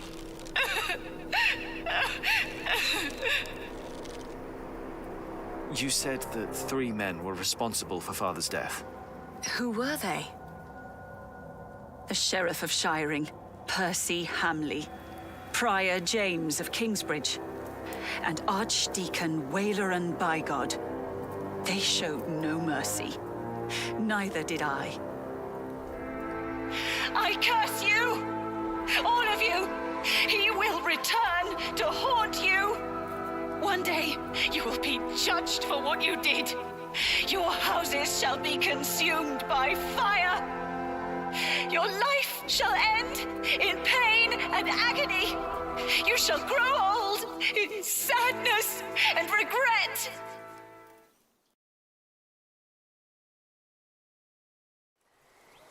The people they killed will return to haunt them. I promised them.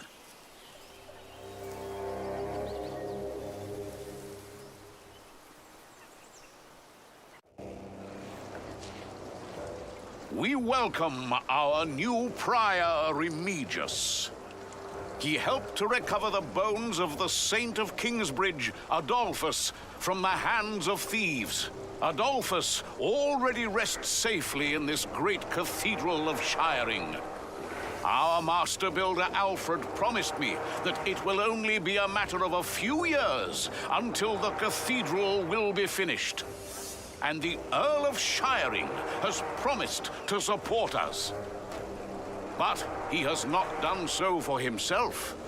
No, the Earl is not a selfish man. His mother, Lady Hamley, is sick. More and more, I feel the whole of England is suffering from a sickness. The sickness of war, poverty, and most of all, heathen beliefs. I have spoken to God. I asked him, begged him to walk amongst us, to heal us. But God told me that only when this great cathedral is finished will he have a temple to reside in. No matter the cost, this shall be a towering castle to protect us from evil and false beliefs. With this cathedral, we will bring an end to the dark times. Waleran Bygod. Jack, what are you doing here? My father died by your hands, Waleran. His name was Jacques Cherbourg. How dare you talk to the bishop like that? He died right here. Who are you? I know that man. He's that bastard from Kingsbridge. That man is my husband. You? All of you, listen to what we have to say. From now on, Kingsbridge is protected. By our knights, by our walls, and by the word of the king. So whatever you do, we will defend our town, our market and fulling mills. And our cathedral, which we shall rebuild. All workers are invited to come and work for us. Preposterous.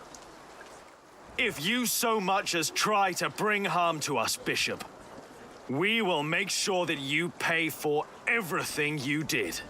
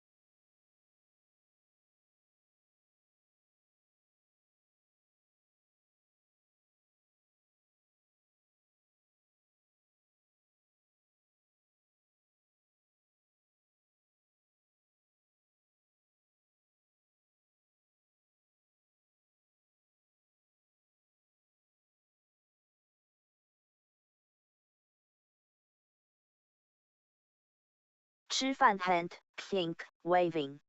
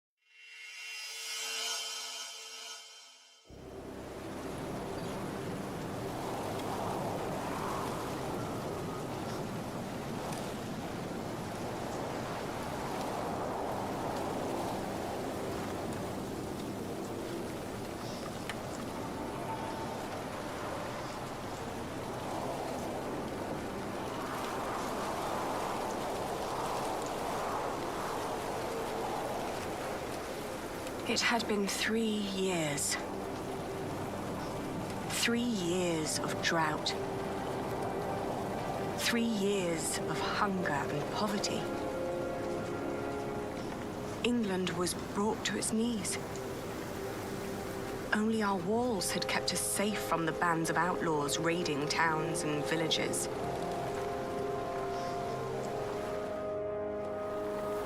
Bishop Waleran and William Hamley forced the workers to finish their cathedral in Shiring.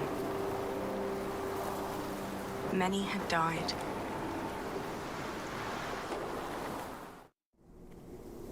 The work on our own cathedral had almost come to a halt.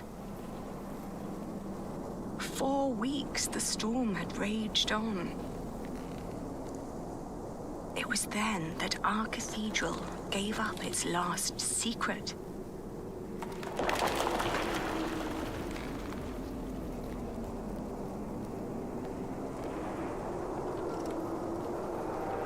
And everything changed.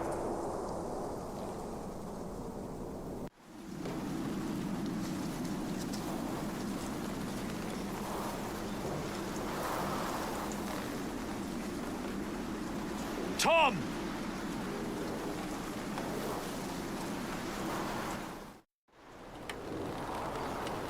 I told you you wouldn't like the sight of this.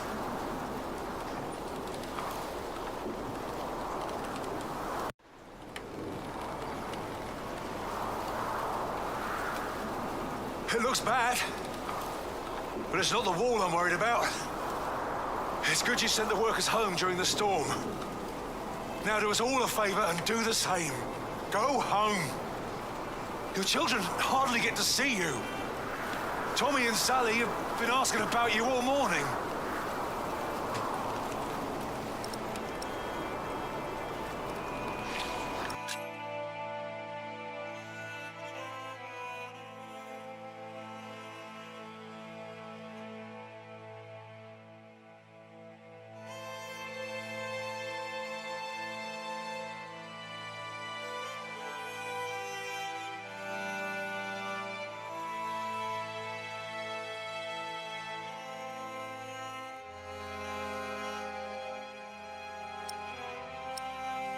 You'll kill yourself up here.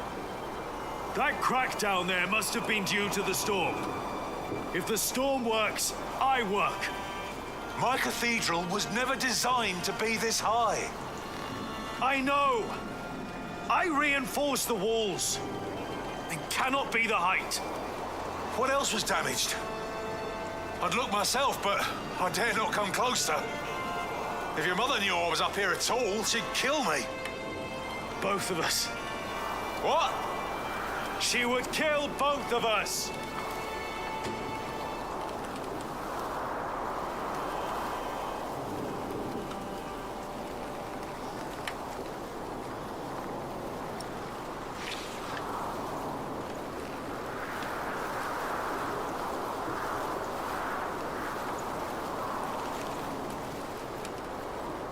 The vaulting is cracked.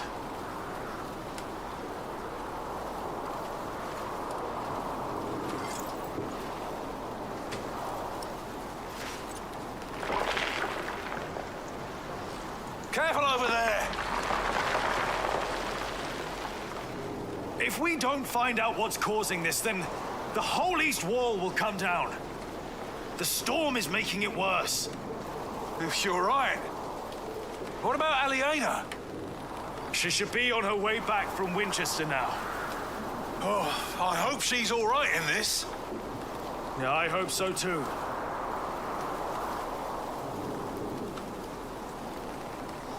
No. The roof looks all right.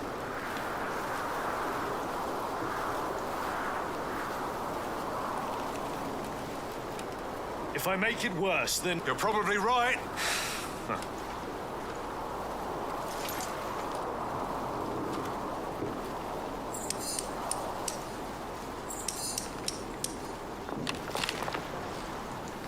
All right. One more time.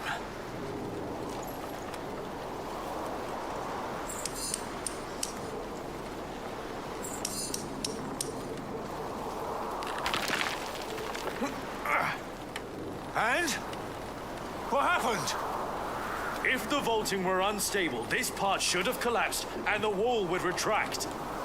So, the cause of our problem is not up here? No. When we erected the eastern wall 17 years ago, there was also a crack. No matter what we did, it always came back. Remember? Yes. Yeah, I remember. But this is not the same wall. We rebuilt it. Still, could the cause not have been the same in both cases? Maybe.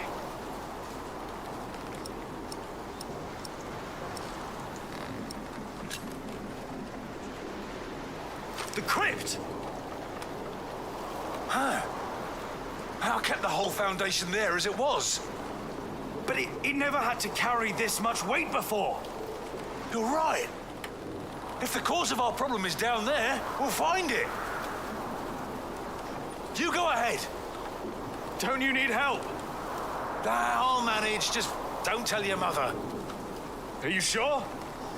Go on. I know you can't wait to get down there. Neither can you. I'll just take a quick look and wait for you.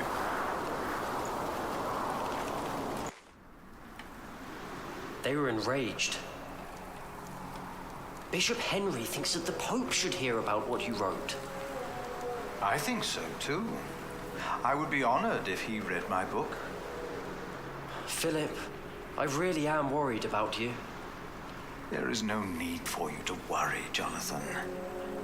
It is just a book. The problem is that the people love your sermons and what you wrote, even though most of them can't read. Your book is being copied in priories all over England.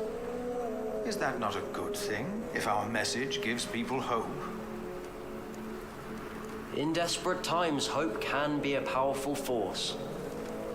That is very true. Well, I fear the bishops. They might come to believe you took that power from them. Ah, do you?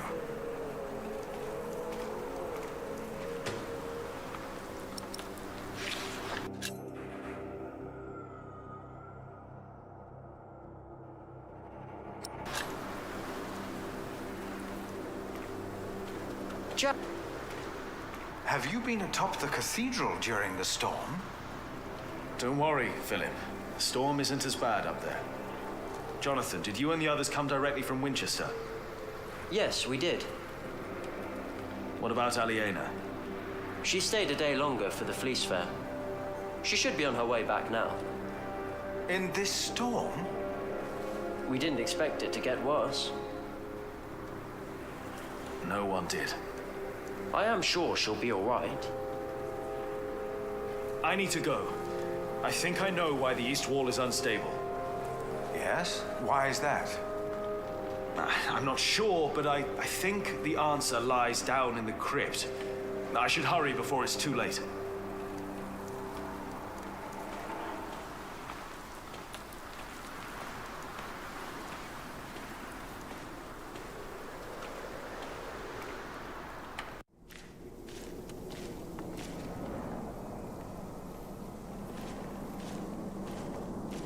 I better wait for Tom. I know he doesn't want to miss anything.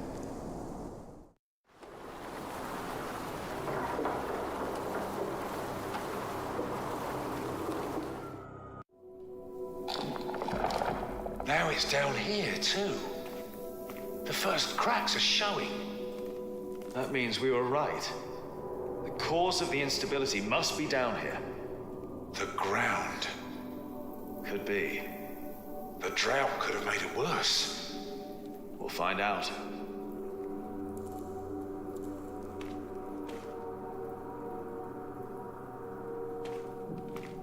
Rashid was right.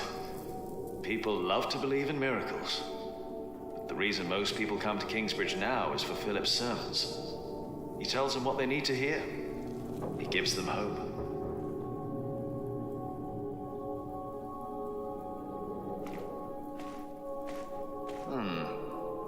That definitely wasn't here before. It wasn't. Time to get to work. If there's dry sand behind there, we know it's the ground. Just be careful when you work on that wall. If it's the ground and the foundation, the whole wall could cave in.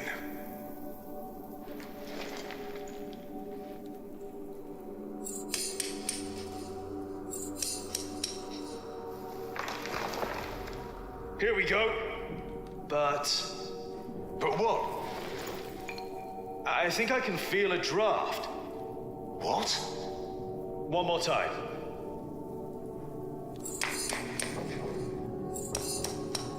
Jack, watch out! It's all right. What is it?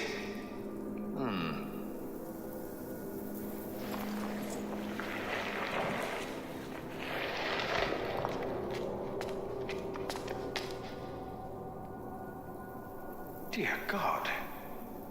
These stones, they've been removed before. The mortar is missing on most of them.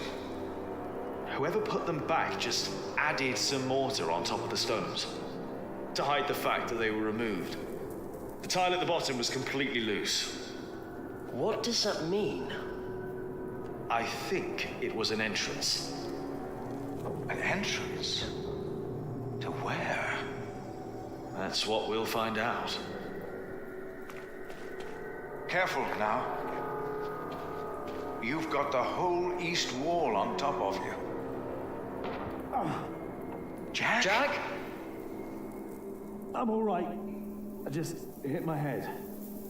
It's dark in here. There's a whole room here. A chamber. What's that? I'll get a torch. Philip, I'll get it. You stay here.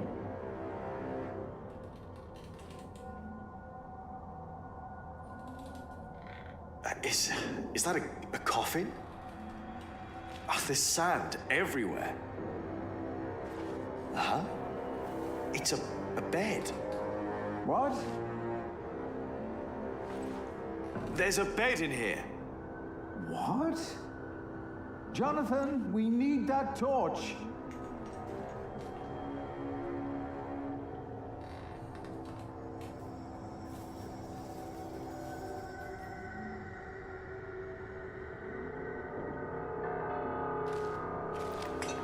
That's not wood. It's metal. Gold, even. Maybe Philip knows what this is. Yes. Who slept here?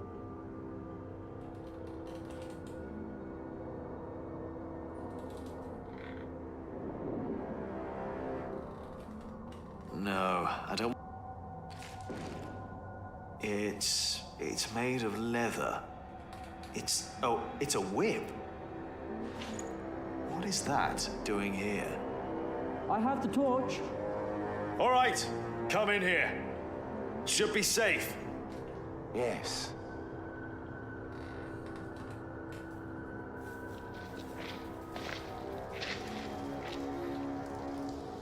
Did you know about this place? No. No, I did not. I've seen this chalice before, when I was very young. It's the chalice of the Eucharist from Kingsbridge Cathedral.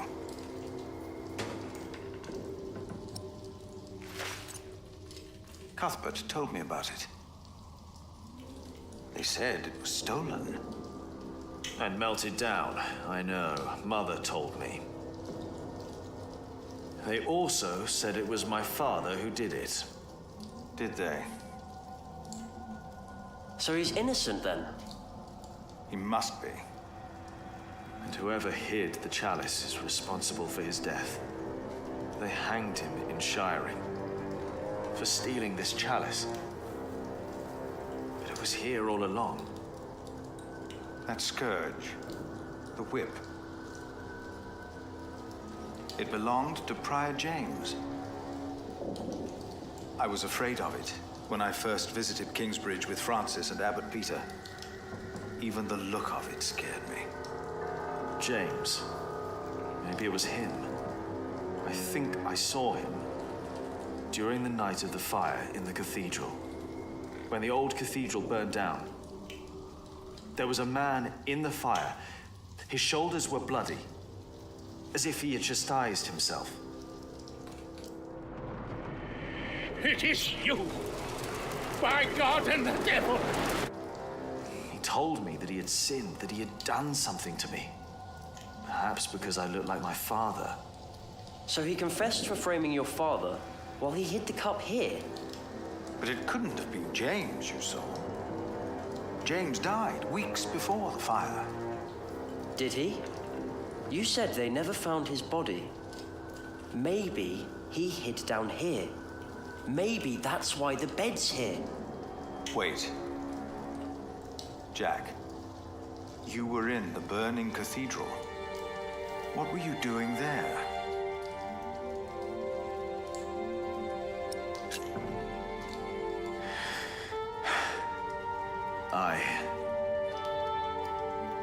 And then I told Philip what I'd done. He just looked at me. He didn't say anything.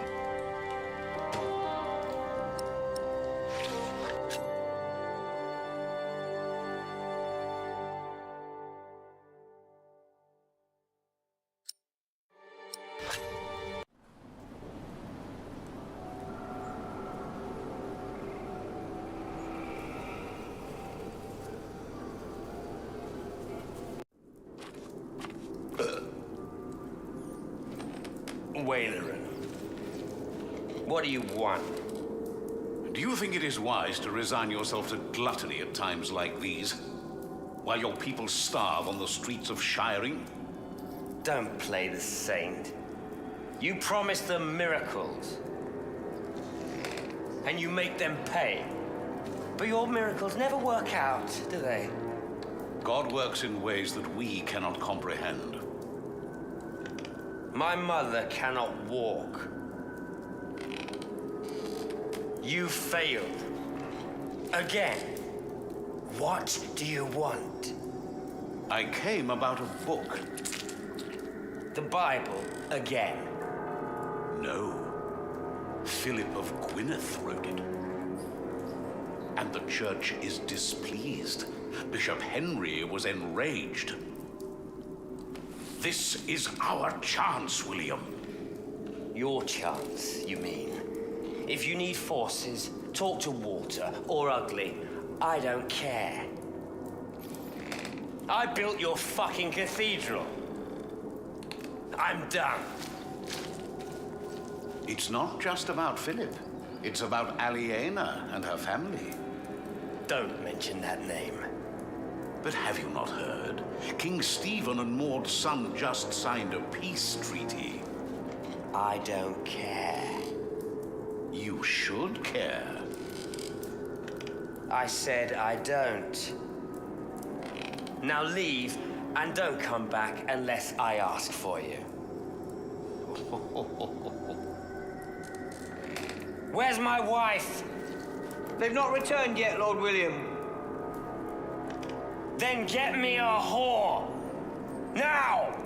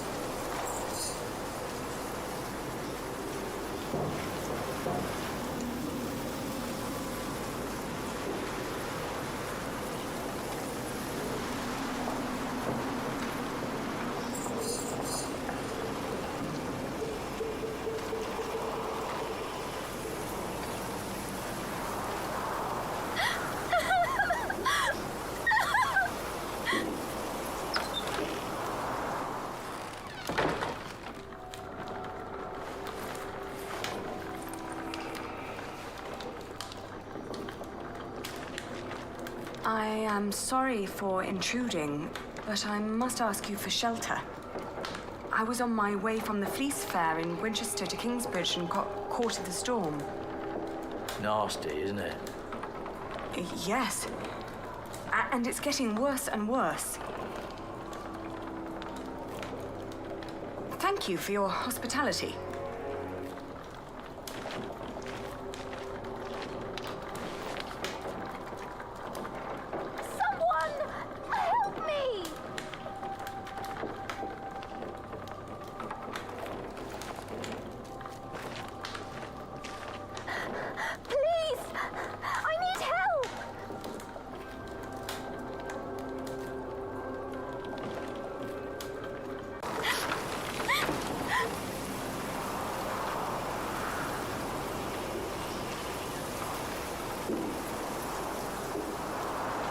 Hello?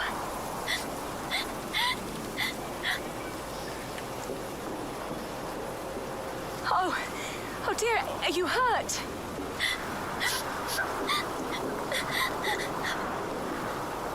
My horse, it fell. I can't move. Take...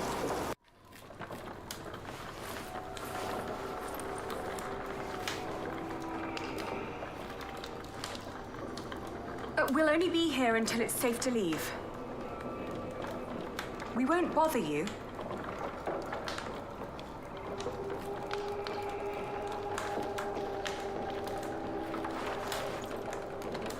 I'm Aliena. What's your name? Elizabeth. Breathe, Elizabeth. You're safe now.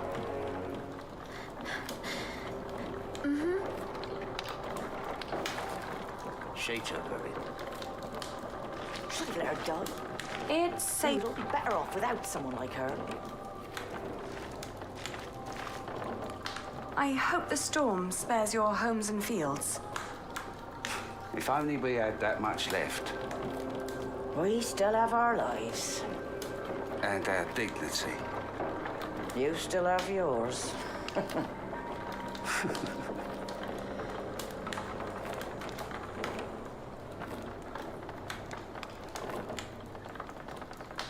We don't have much, but always enough for a lost soul. She doesn't deserve anything. Take a bowl and go ahead.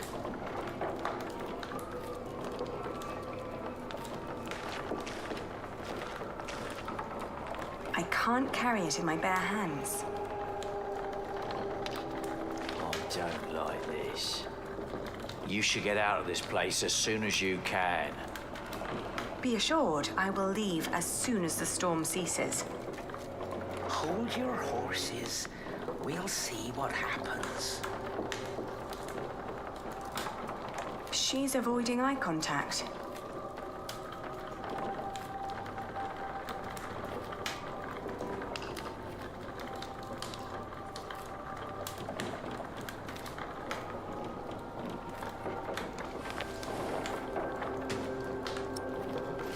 Hey, what are you going to do with that?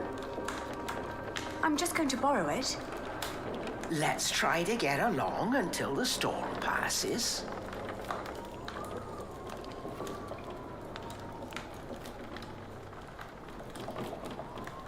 What's she doing now? I'd rather not soil it. I think she's freezing. Maybe we should be kinder to her. No, they don't deserve our kindness.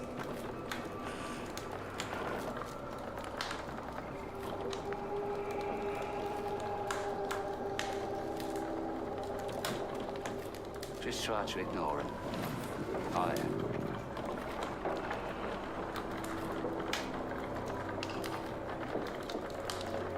It's already dirty. I don't want to make it worse.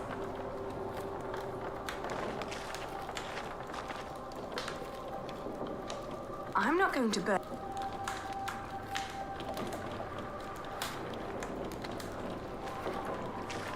Are you cold?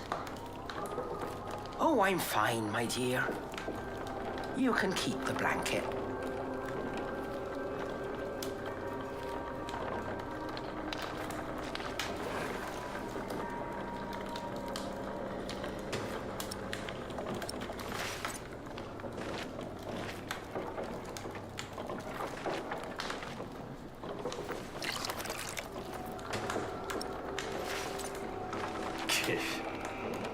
Shush. Let her eat. Thank you.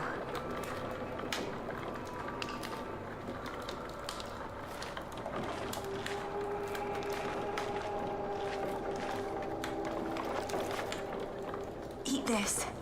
You must be hungry. Thank you. That's nice of you. Why are you giving her soup? Dirt. That's what she deserves for dinner. What? Do you want her to starve? Please, don't start a fight.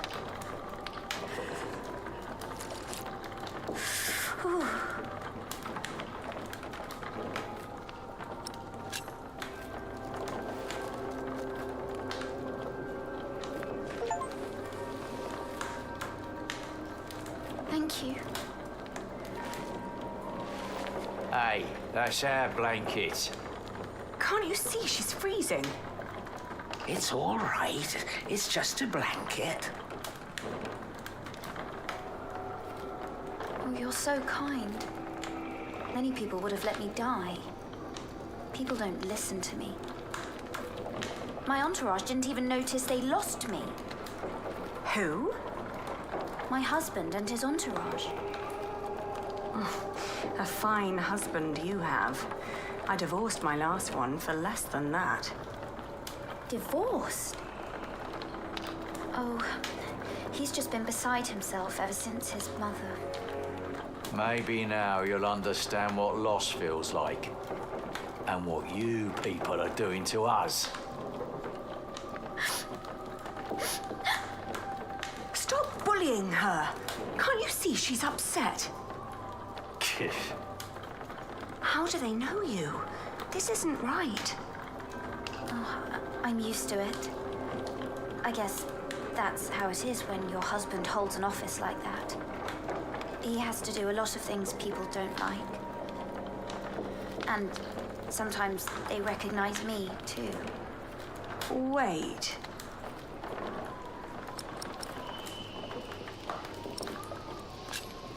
Is your husband the Earl of Shiring? I thought you knew. William Hamley. Oh, please don't abandon me too. I swear, I'm not... I can't...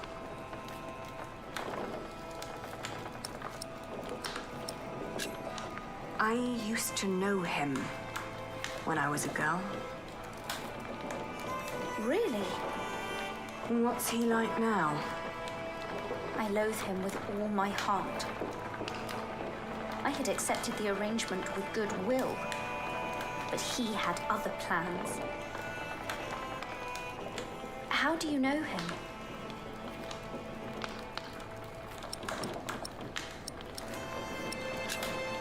We came from noble families. In fact, I was supposed to marry him at one point. No! How come you didn't? I found him unbearable. So I refused. You refused him? It caused a lot of misery. Oh, you're so courageous. I wish I was like you. I can't even stand up to the servants. Don't act like you didn't have a hand in the downfall of this land. For years he roamed across the country to raid, rape and kill. I'm sorry. He's no Earl. After all he's taken from us, we should take something from him too. She has nothing to do with this. Don't you dare touch her. Can't you see she's another one of his victims? Oh, give over. She's in on it too. Can you even imagine how it must be to be a child married to Hamley?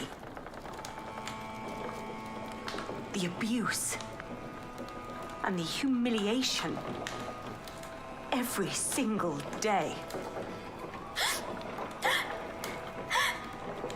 I'm so sorry. I'm crying because you know too. Enough to know your pain. I just don't know what to do anymore. Sam, where the hell am I supposed to tether this horse? It's Walter. He's looking for me.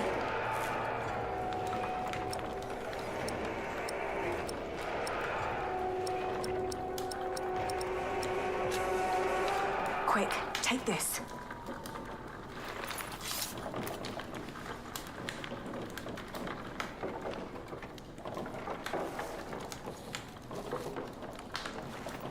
That should do it.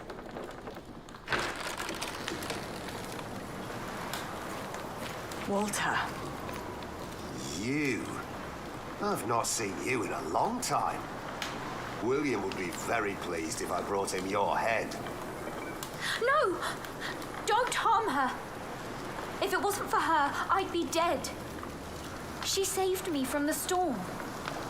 Did she now? Come on, we have to get back to the castle. We've lost too much time already.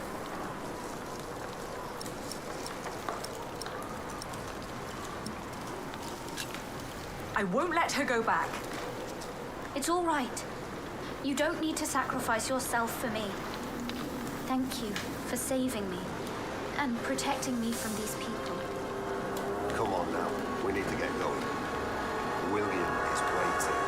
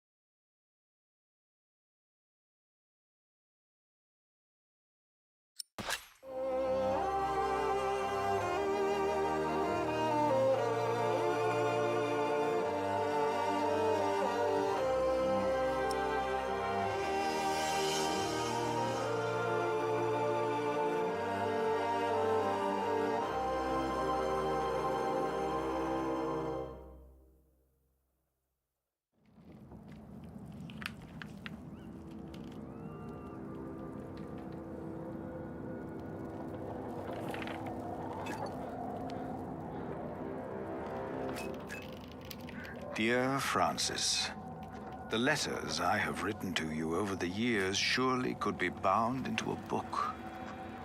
But only you know what my words in those letters amount to.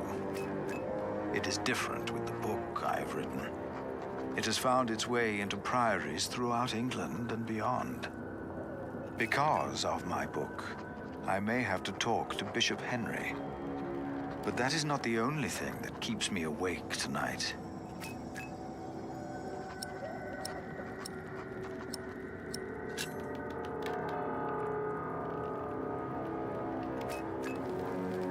The dust storm and the drought are taking their toll on all of us. Thanks to our town wall, we are safe from the Earl and the outlaws. We've heard of places nearby being raided. We believe the attackers were William Hamley's men. We have enough food to last us another few weeks. But life has come to a halt. Martha believes there will be rain soon. But the storm is only a harbinger of rain. I hope that she is right.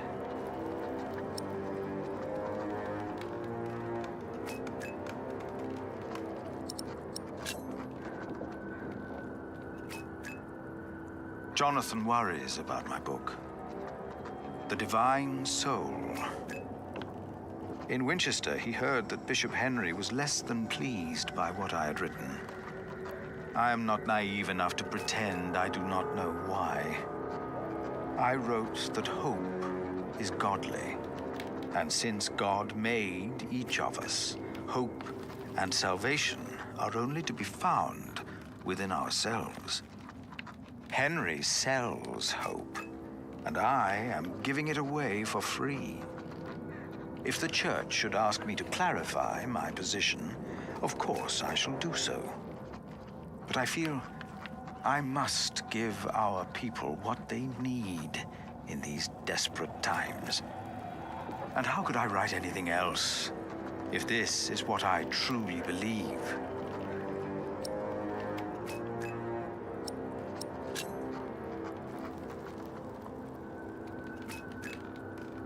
Behind a wall in our crypt, Jack discovered a hidden room. We do not know who built it, but it is likely that Prior James hid there, even after he was said to have drowned. That means he was alive when we met in Kingsbridge on New Year's Day, the day of his burial. And Jack told me he saw a man in the church the night it burned down. Was that him? And if so, did he burn in the fire that night?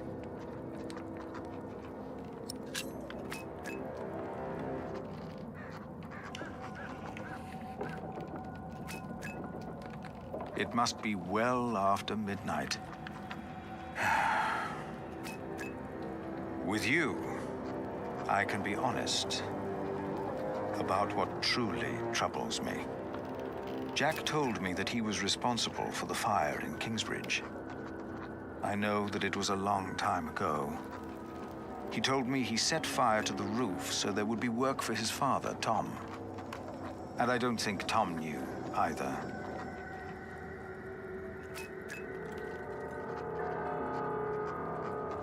My God. Save yourselves! The Saint! We must save the Saint! Fire! The whole roof is in flames! My God! Don't go in there! Adolphus! The Saint! We must save him! No! No! Don't go! And as horrible as it may sound, I cannot find it in my heart just now to forgive Jack. Maybe because this confession comes too late, and from a man who I have learned to trust. This is the truth.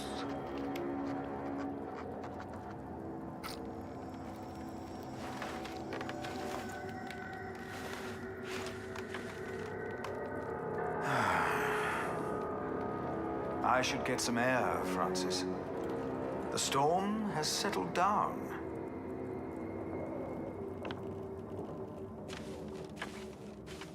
I know them by heart, but Jonathan insisted we keep them. I don't like to indulge in... Later. I need time to think. Jack is still working. He always is.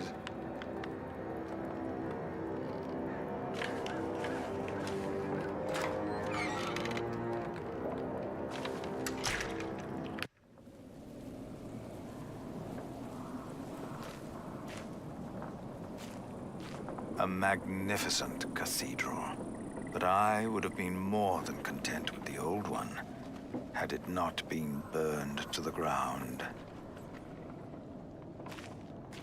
If James died in that fire, then what happened to his remains?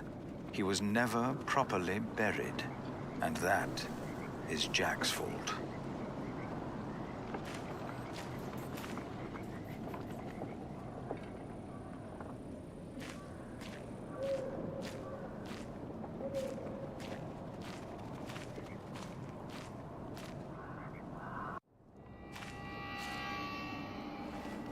Hello? I thought I saw someone.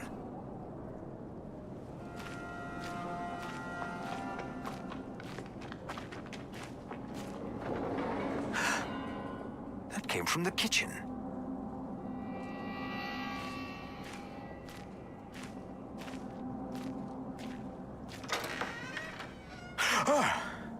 Oh, it's you. You startled me.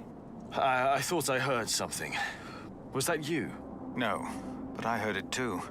Maybe Aliena came back. No. She's asleep. She returned a few hours ago. Damn it. Jack. Sorry. There's someone in the kitchen. Yes, I think you're right. Stay behind me. I'll go ahead.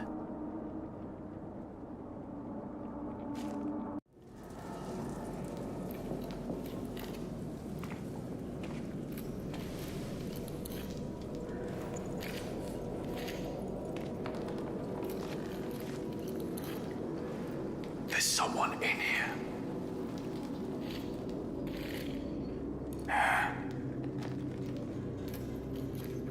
Outlaws.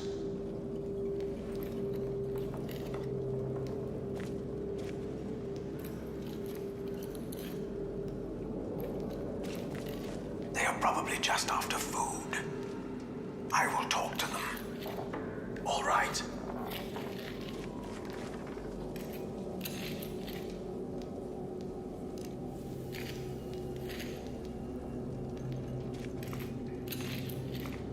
He's alone. There must have been others. Most of the food is gone.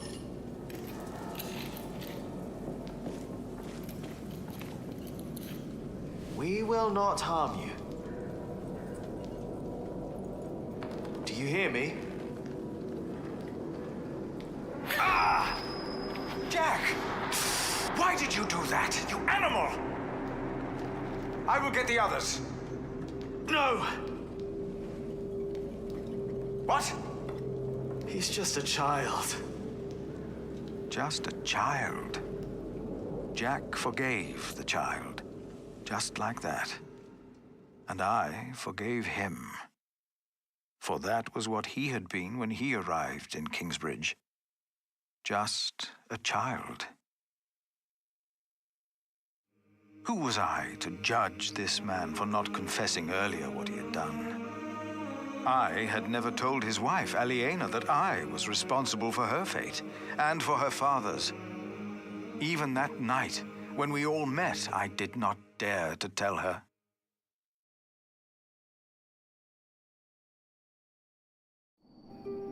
The walls of Kingsbridge weren't enough anymore. The outlaws had found a way in. We weren't safe in our homes.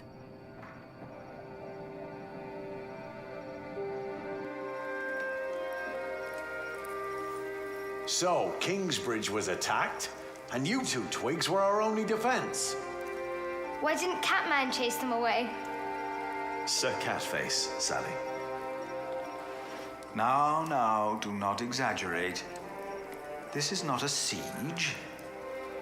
We only saw two of them, and one of them was a child. But they almost killed you.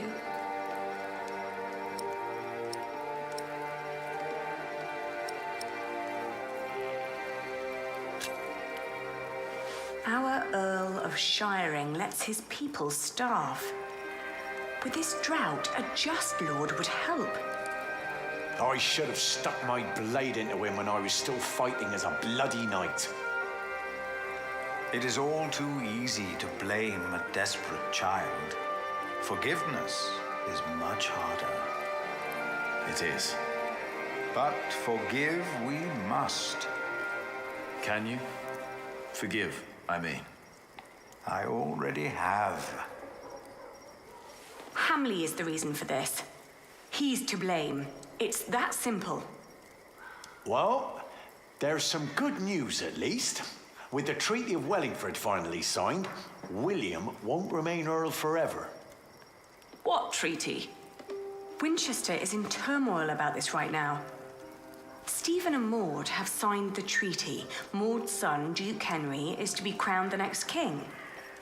And, by agreement, all lands are to be returned to their previous owners.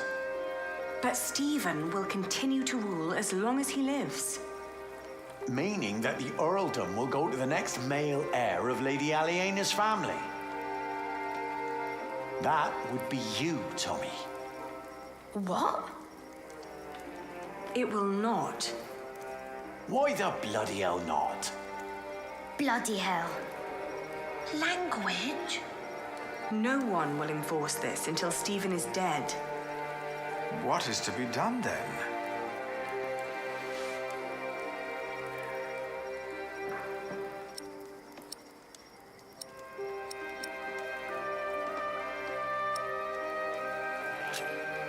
We only have to wait till Maud's son sits on the throne, don't we? And then ask him for help.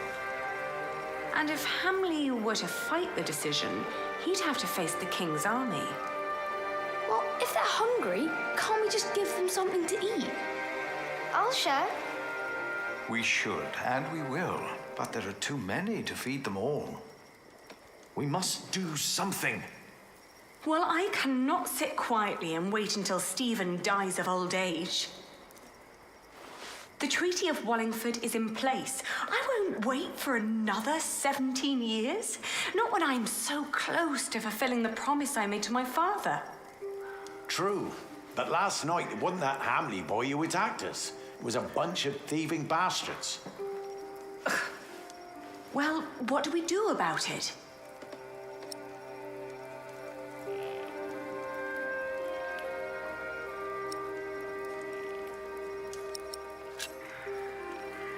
Maybe there is nothing we can do but defend ourselves. Right you are. But walls alone won't do. Not when that shite outside piles up higher by the day. Things will only get worse if we don't find a way to deal with Hamley. What about his mother? I've heard that Hamley still listens to her, that she still has a say in Earl's Castle. Yes, let's tell his mother. If we spoke to Regan Hamley, we might not need a physical confrontation at all. Speak to that wench? I'd rather let my blade do the talking. I say it's time we took back your father's castle by force. Even if I'd have to lead an army of outlaws. I don't like either choice, to be honest. Neither do I. So, what do you think, Aliona?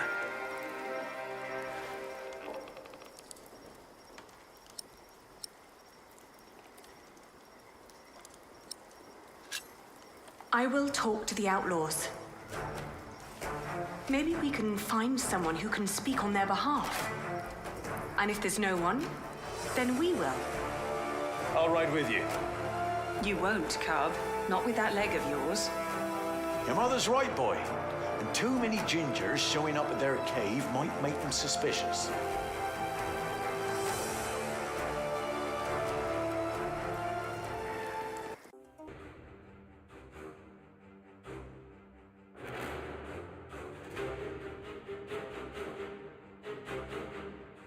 Our hopes of meeting allies on the road to Shiring were fading with every mile.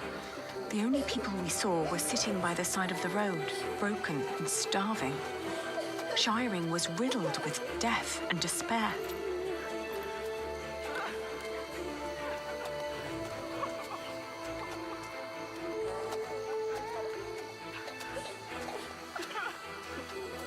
I'd heard that Wiggly had just been raided by outlaws, leaving them almost entirely without cattle.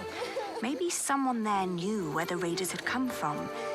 But Calford, on the other hand, had a recent falling out with William Hamley. There was a chance that they would be quick to join our resistance.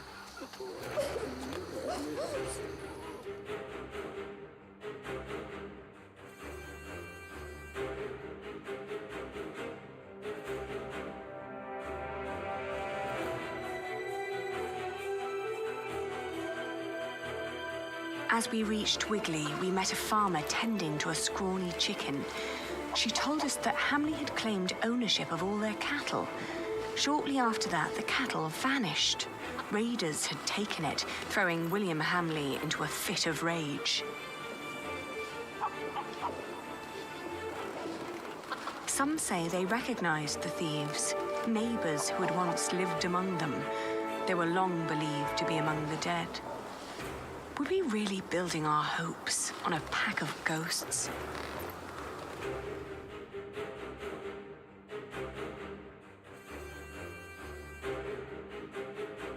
We entered the village. There was a weary young man trying to repair a roof. He pointed toward a ruined mill. Hamley's Mill, he called it, which used to have the right to grind all grain from the nearby villages. That was until a few days ago. Hamley had come to collect his share and, due to the famine, was met with empty coffers. Enraged, he'd killed the miller and had taken every last bag of flour belonging to the starving people of Calford. Many had fled into the forest, desperate for their lives.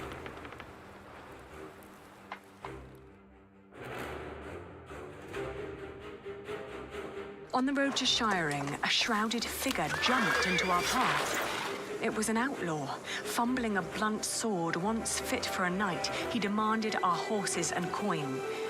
Sir Catface calmly pulled out his own sword, shutting the man up immediately.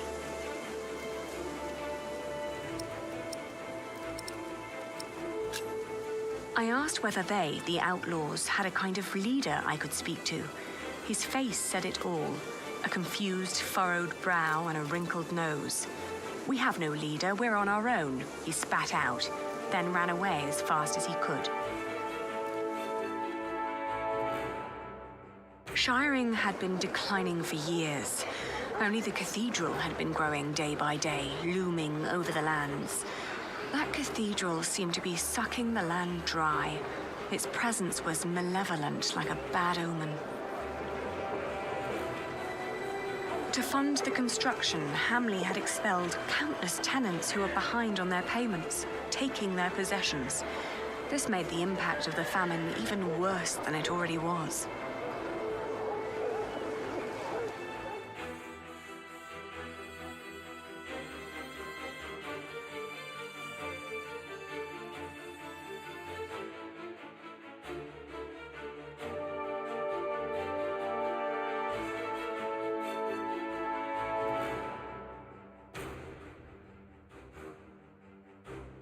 The fields of Huntley spurred fond memories. Here, I'd negotiated my first deal to transport and sell the farmer's wool. Now, the meadows had turned to straw, and the sheep were dead. Soon, we reached Uncle Simon's abandoned hut. Our horses needed rest, so we wanted to leave them there while we looked around on foot. Then, I remembered how Richard had been kicked by the man William had paid to catch us, and the horrible sounds he'd made lying there. Inside the hut, I was startled by a hunched figure hiding in a corner, nibbling on a lump of bread. Upon seeing us, the creature's eyes widened, like those of a frightened animal. I asked him where he got bread in times like these. Was it stolen? No, I got it from the butcher. The people at Sally's quarry told me to ask the butcher, he blurted out, startled by his own voice. Mistaking our interest for greed, he wolfed down the rest of the bread. Before we could ask more, the frightened man jumped up and fled into the forest. The butcher, was he the one we were looking for? A leader whom the downtrodden trusted and feared? Maybe we could find him at the quarry the man had mentioned.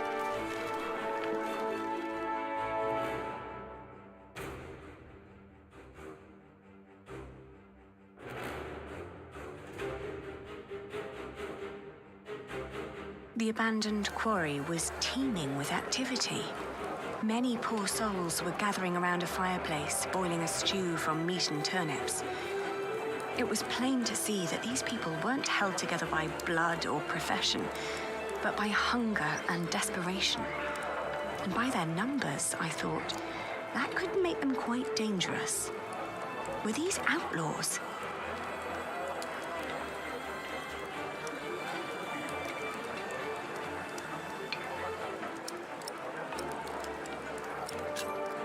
The outlaws were using a moss-covered cave and little huts as shelter.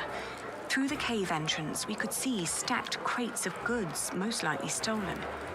The outlaws were of varying ages and seemed almost peaceful in their little haven.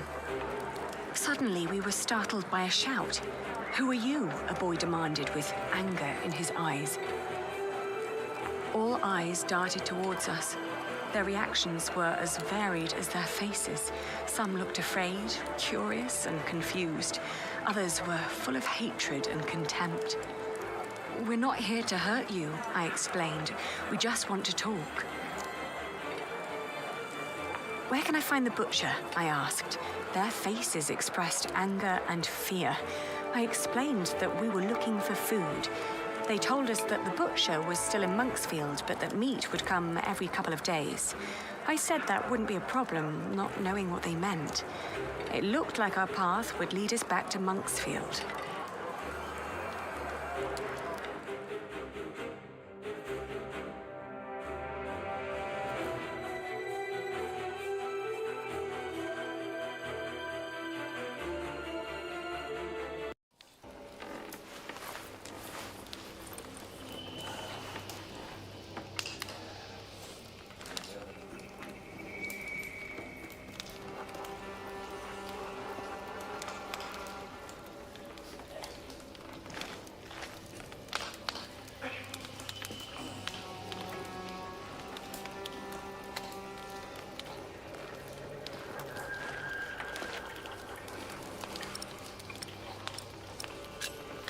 We're looking for the butcher.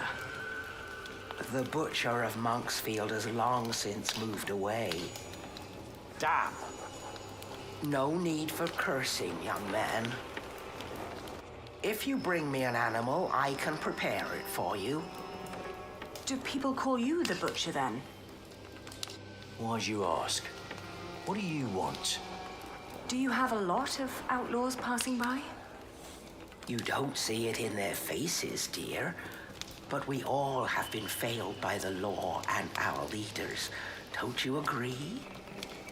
I asked because we feel the same way. And we're looking for a way to make things right again. Is that so?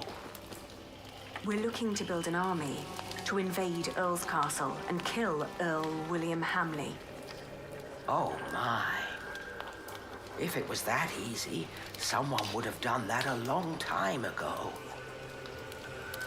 The poor souls I meet, they're just simple people. They're not an army. One of their own should lead them. Like you. You seem to take great care of your people. In their condition, most of them can barely kill a chicken, let alone a man. These people are mothers, fathers, hard workers, yes, but they are not soldiers. Right. She speaks true. It is the best chance we have. This is a battle for the sake of the people of Shiring, for all of us. It's rubbish. It's what it is. We are offering you a chance to rid the land of Hamley, to fight for your freedom. The last time I saw you, you showed kindness toward that young woman who was with you. I am willing to listen to a good soul, but I won't help you blindly. That woman that was here, that you helped, that was Hamley's wife. His wife, by God. How stupid do you think we are? Right, it's a trap. Well, how can these people put their life at risk if they do not trust you? You are not like us. Yeah. I know.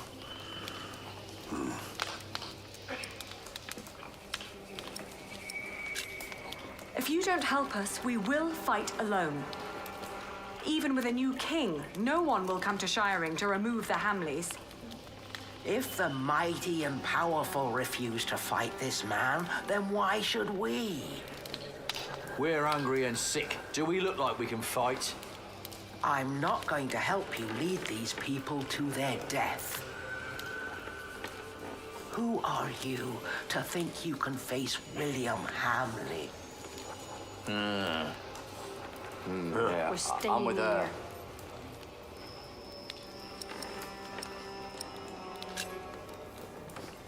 I am the daughter of Bartholomew, Earl of Shiring. My father ruled with a benevolent hand.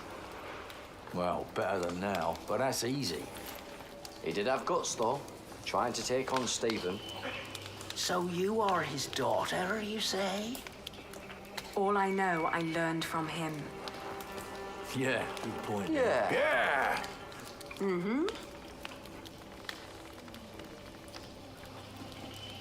Even if we work together, Hamley is too powerful. You ask us to sacrifice our lives for your noble cause, these people will die.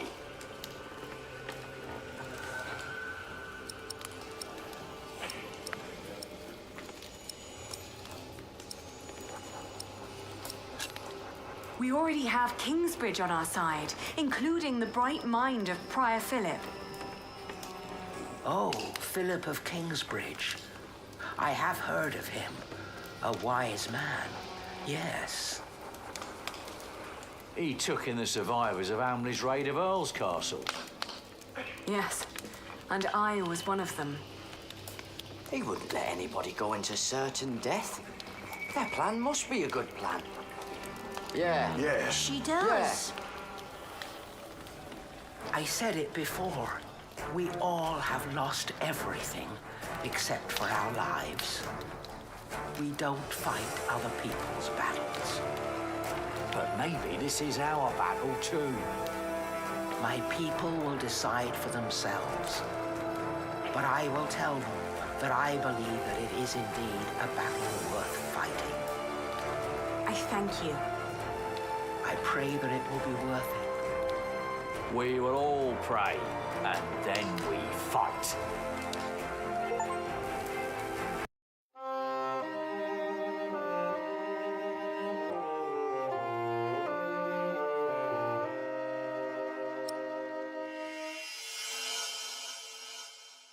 And so, after 17 years, I finally returned to the place I'd once called home.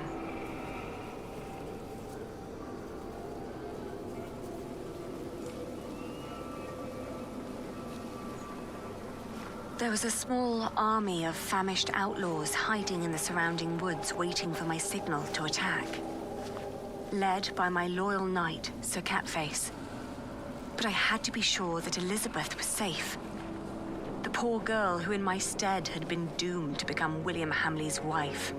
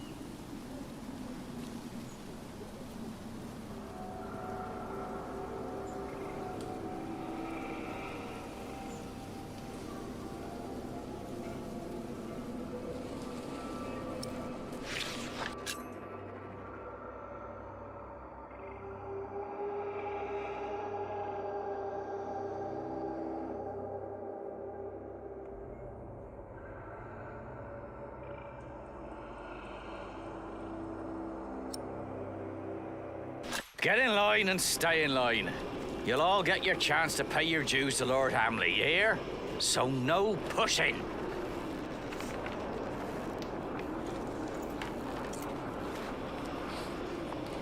Why does Lord Hamley need all that food? He's got more than enough. Shut it, woman. Smear your face with dung and lower your head. It's the only way you get out of here alive. It's no coincidence that Hamley always asks for women to bring the tributes. Oh, shut up. Calm yourself. I'll make sure that nothing will happen to you. They took a woman in my town. She never came back. Nothing will happen to you if you just remain calm.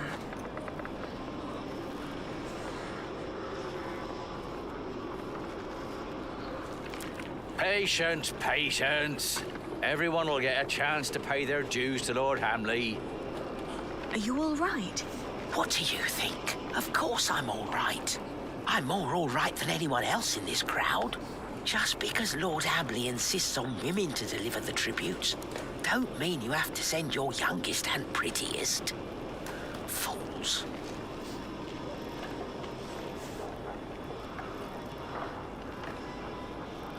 I'm I'm just a shepherd's daughter.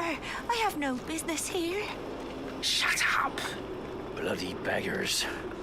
Is Lady Elizabeth home? She is, and will be indefinitely. Don't want her to get lost in another storm. How long will this take? A lot longer if you don't shut your mouth.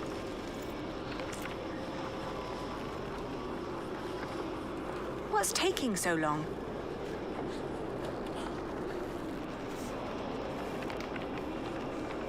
All right, I've had enough. Go on, ugly. Take care of that nagging bitch.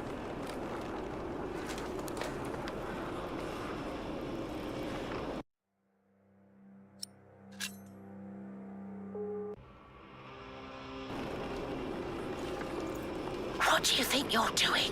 Get back in line before the sheriff sees you. Calm yourself. I'll make sure that nothing will happen to you. She never came back. Nothing will happen to you.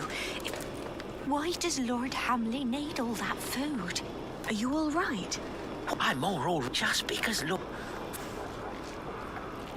Are you all right? What do you? I'm all just because. Patience, patience. Everyone will get a chance to pay their dues to Lord Hamley. I should keep my distance.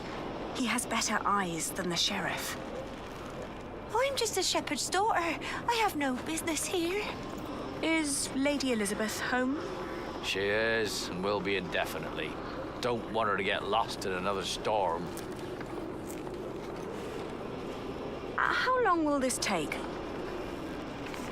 A lot longer if you don't shut your mouth.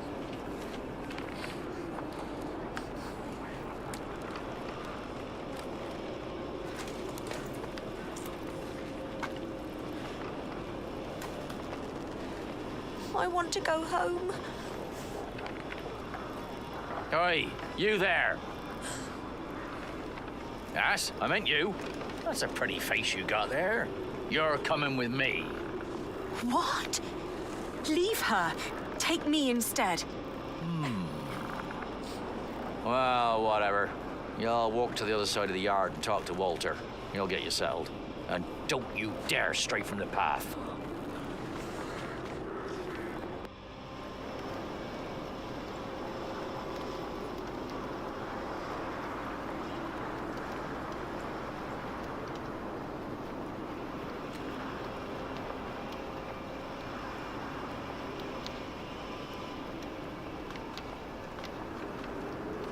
They say Lord Hamley might lose shiring soon. If the next Earl has us all hanged. Calm down. None of these royals really care about this shithole. I know those two. They used to fight for father.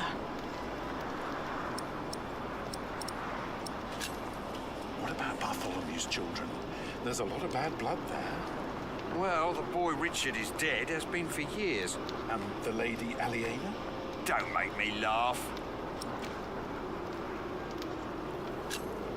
Oh, I think you underestimate her. Some years back, I heard she almost cut up a priest in Winchester, put a knife to his throat, and robbed him dry.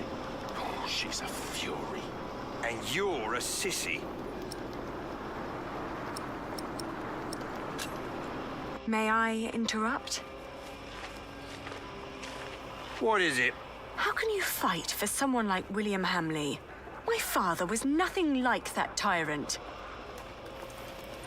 Oh, dear Lord, it's you. You always sat in your neat little keep playing hostess to his well-off guests, while the poor snuffed it just as they do now. Well, at least William treats us as his equals, and not like pawns on aboard a nine-men's Morris.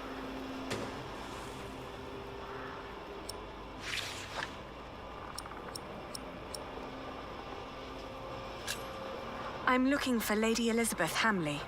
She's caring for Lady Regan inside the keep. But only Lord William and Walter are allowed to go there. And they'll kill you if they find you there. So you won't help me? We've already helped you more than enough by not ratting you out. Was my father really that bad? Your mother could have answered that question. He once told me that she was very unhappy when she died. And you never wondered why? My father was a good Earl. Keep on telling yourself that. But that's not our story. Many knights fighting for him were former outlaws who had nowhere to go anymore. Your father may have given us food and shelter, but it was no better than what you'd give to livestock. Don't tell anyone that you saw me. We won't, if you promise to leave now.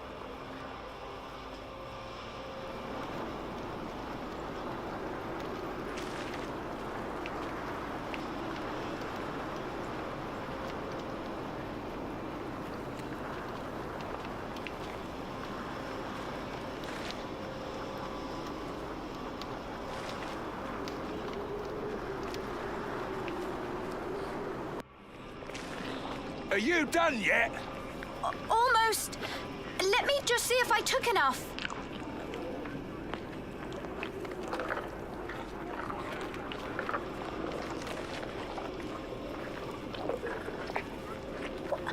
What are you doing here? You need to leave. Don't come any closer. William has me watched. What's taking so long? I forgot the pork. I'll be out shortly. Wait a moment, then follow me.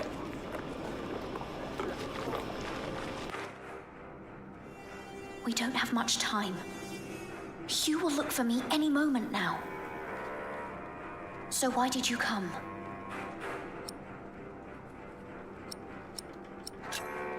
There's an army of outlaws hiding in the woods waiting for my signal.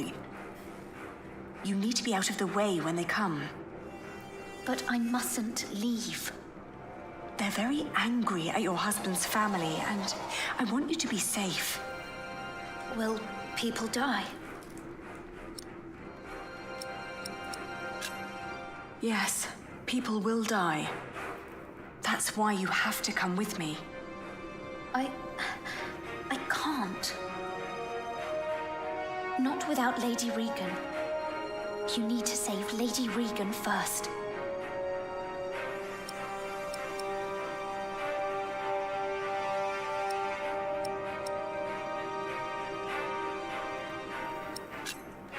Why do you care about Regan Hamley? Oi!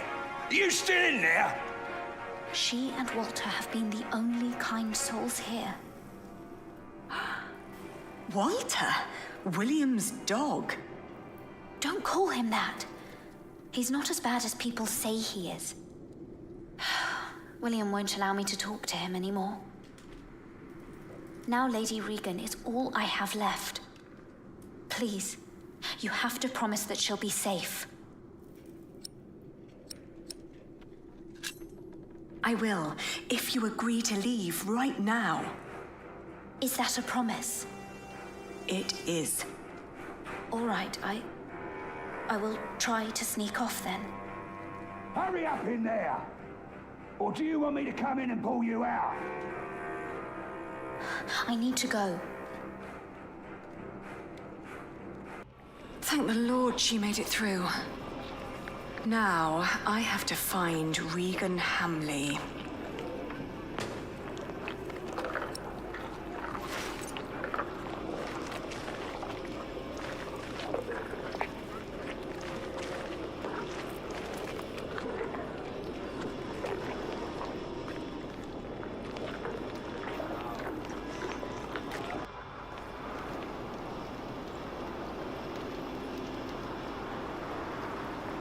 I need to keep my head down, not stab someone for everyone to see.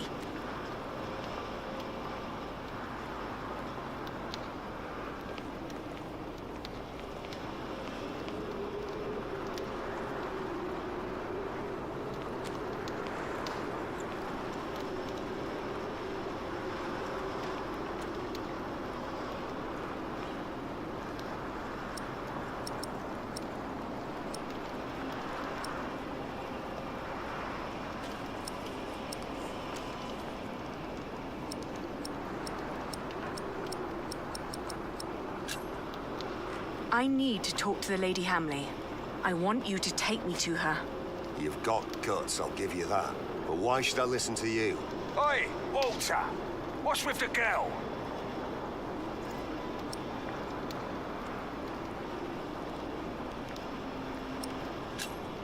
Tell your guard to stand down.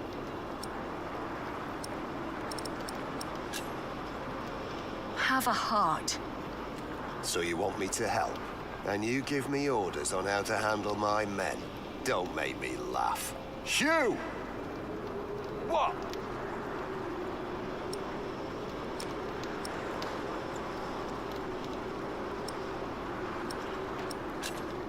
If you help me, I will make sure that Lady Elizabeth is safe.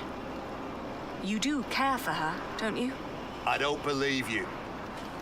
But it's not up to me to judge these things. I'll take you to Lady Hamley. She'll decide.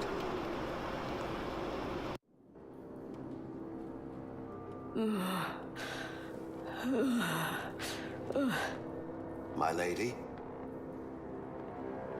Elizabeth. She's not here, but there's someone else to see you. The Lady Aliena of Shiring. The Lady Aliena. When did that bitch become nobility again?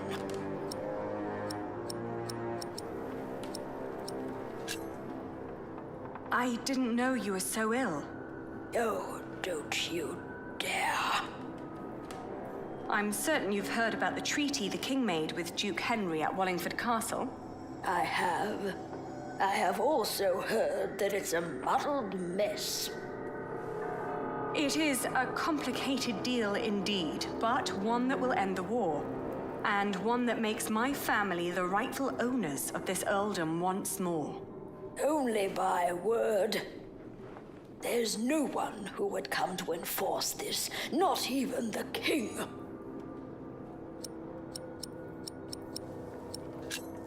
You need to understand that there is great anger among the peasants of Shiring. Anger against your son, against you, even against that poor woman, Elizabeth. If your son doesn't step down, the people will take their land back by force. That's a lie. My William is a better earl than your father ever was. To think that I once wanted to marry my good William into a family like yours. Not a day goes by when I am not glad that God saved us from that horrible fate. And that he sent that monk to Bishop Waleran to unveil your father's evil plan. What monk? That prior of Kingsbridge. Philip of Gwynedd. What? Where is my Elizabeth? Why is she not here?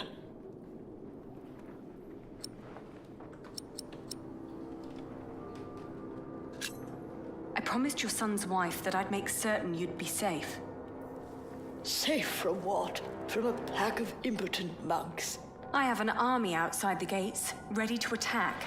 What? Get Elizabeth.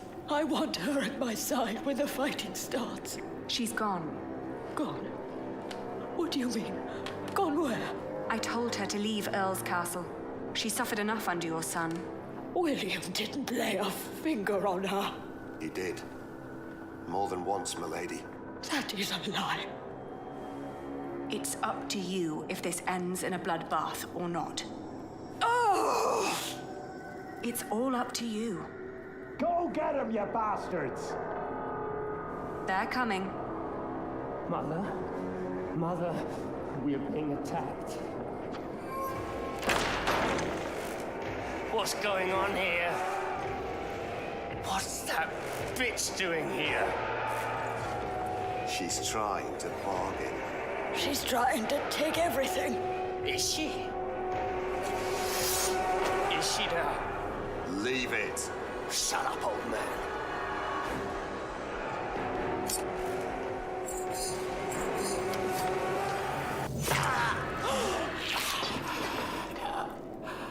Cut that whore up, Walter! No. You brought this on yourself. You bloody traitor! Someone get up here! Men! You will pay. You will all pay for this.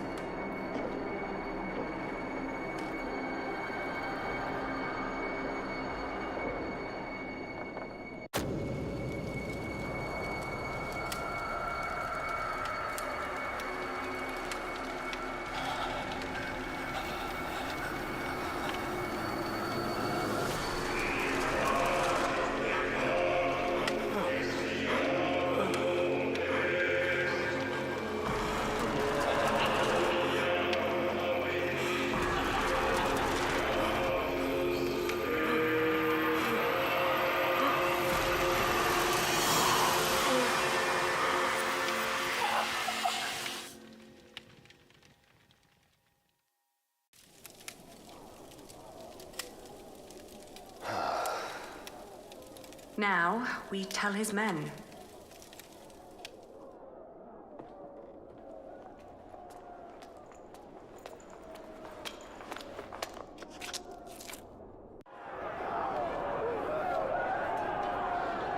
Stop! Stop fighting! Drop your weapons immediately!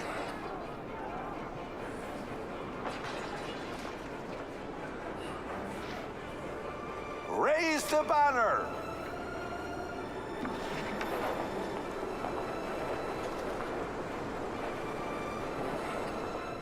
Everyone, listen! Lord Hamley is dead! The castle now belongs to the former Earl's family again. What? You're shitting us! It was the King's wish. Who killed him?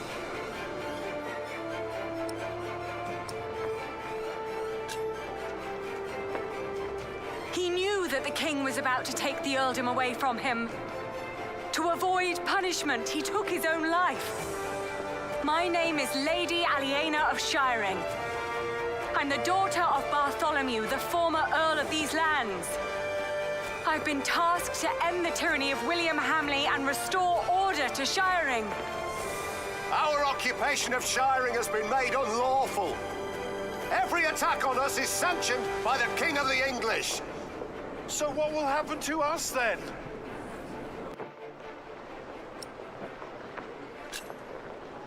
You will get your chance for redemption by helping the people of Shiring recover from your own cruelty, and by rebuilding their homes and tending to their fields.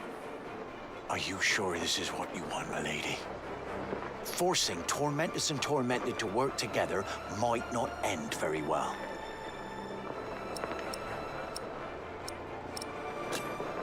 They can end like William, or they can learn to redeem themselves. Well, you know what you're doing. The tyranny of William Hamley is over. In the name of the new earldom of Shiring, the land will be finally healed.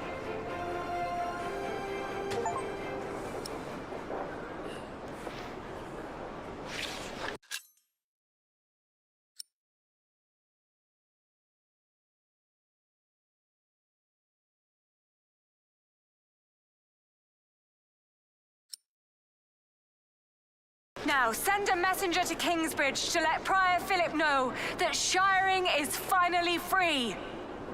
What is it? Why are they laughing?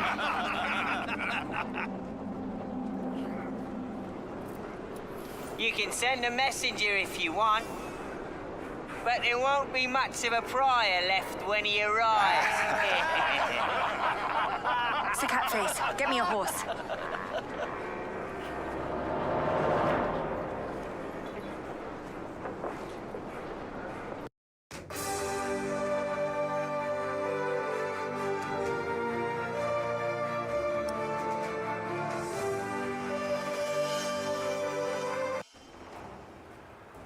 The Pope believes we should either burn him or make him Bishop of Kingsbridge.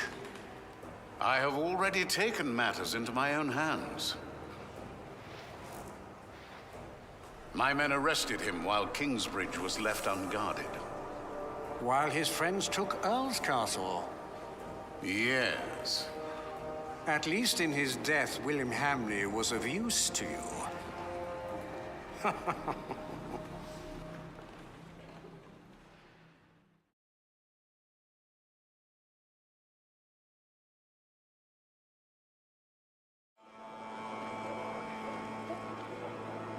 Look at all these people. It seems like they're enjoying themselves. They never change. You drooling dogs should be ashamed. Shut up, you old hag. Helen? I'm not feeling well. I'll take care of you. You two go ahead. Hurry up. Is your mother ill? It's not that. This is where they hanged my father.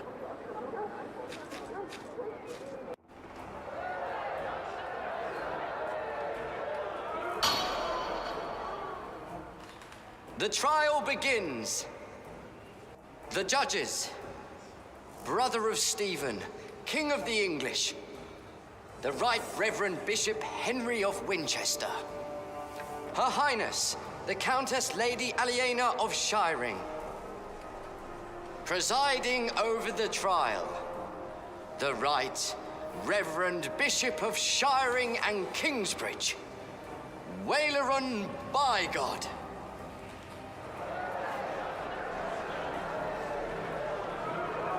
Please. The church is not without fault.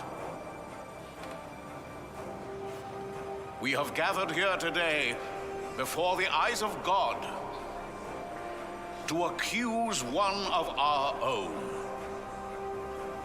He wrote in his book that the church and the papacy are not necessary as intercessors between God and man, that God is in man, that all men are equal, and that each sinner is as close to our Lord as the Pope himself.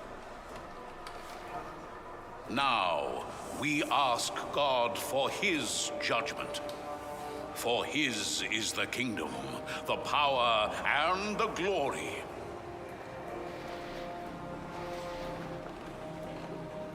Not ours, and not yours. You stand accused of heresy. Philip of Gwynedd, how do you plead? Answer! Prior, respond to Bishop Wailerun. I am guilty. Hang heretic! He must be punished! I am deeply saddened. It may come as a surprise to you, but we had hoped to make you Bishop of Kingsbridge. Why has it come to this, Philip? In part, I am to blame. I supported Philip in his early years. I demand that Philip be removed from his position of prior immediately. No. And that he remain in captivity until such time that Shiring and all of England have healed from the poisonous words he has dispersed. No! What?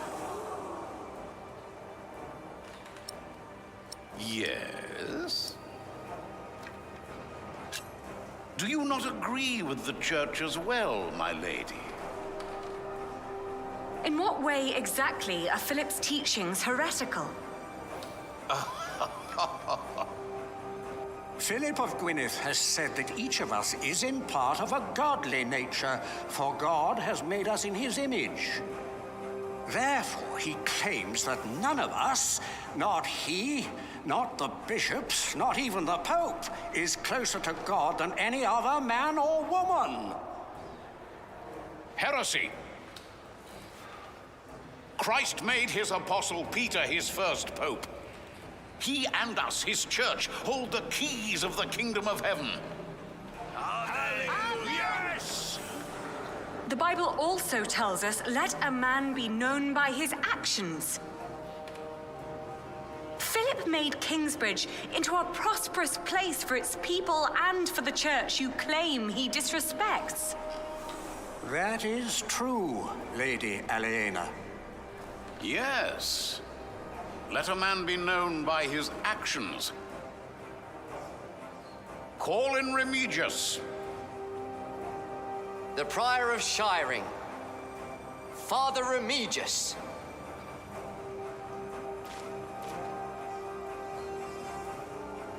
My bishop. Tell the court, Remigius, what you have told me. For many years, I served as sub-prior of Kingsbridge. First for Prior James, then for the accused. What was your first impression of him? I was offended by his bluntness and accusations during the chapter discussions. What else? Prior Philip did not hesitate to give refuge to the people fleeing Earl's Castle in the winter that our king died. Is that not a good deed? A true Christian act? You do not know him as well as you think you do, Lady Aliena. Today, that will change. The future master builder of our cathedral and his woman were among those taking refuge. They were living in sin. They were unmarried and fornicating. Philip allowed them to stay. Why would he do that? I do not know, my bishop. Maybe because he himself was involved in similar affairs. We will see. Then, on the day of our first fleece fair, we were attacked. I heard. It was terrible. I tried to soothe the woman's pain by reading the scripture to her. The builder's woman I have spoken of tried to put a spell on her with poisonous herbs. And Philip intervened. Yes. He pushed me aside and gave the woman poison. He should have. It is worse than I thought. It was no poison. And then there was the day the Virgin Mary's statue arrived in Kingsbridge. I did not believe it was a miracle.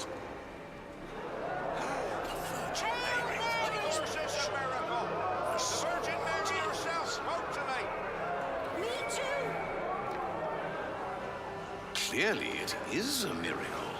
I hear of many who were healed in Kingsbridge. Yes! Amen! Oh, Mary, bless us all! Well, I soon realized it was a true miracle, but Philip did not. He was only after the money people donated at the Virgin's Shrine. That is why I left. He had to! Amen. I believe there is one more thing you have not told us about. Something very important. Yes. Philip has fathered a child. Unbelievable! I knew it! A son. And he raised him in the priory. He is guilty! Jonathan of Kingsbridge, step forward.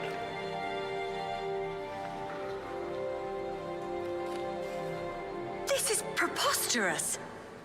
Is it? Is this true? Are you Philip's son? Answer the question, Jonathan of Kingsbridge. Philip has always been like a father to me. But he is not my father. How do you know that? He told me.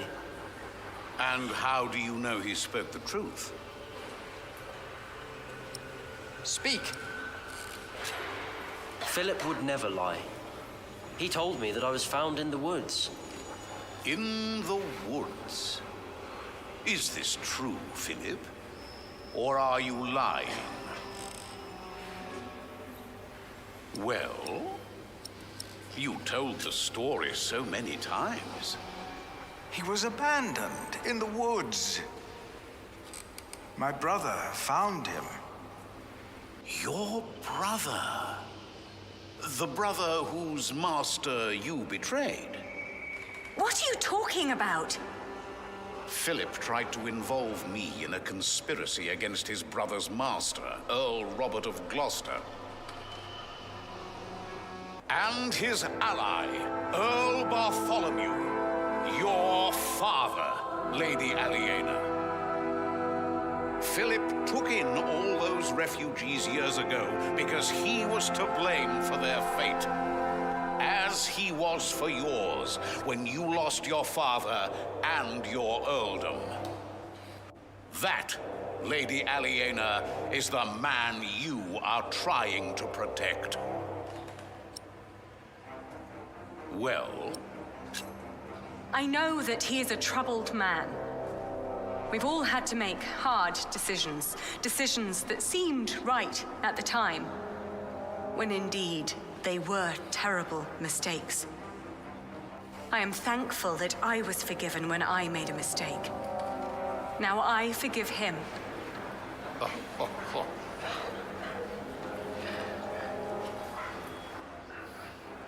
Let us now return to the problem at hand. There is a man who witnessed how Jonathan was found in the forest.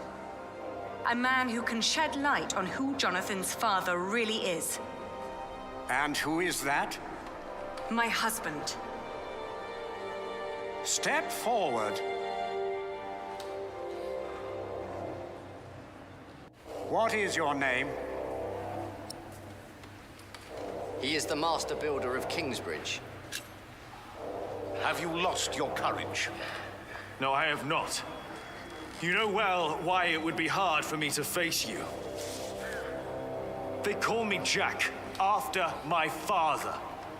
My name is Jack Jackson. Yes, we have met before.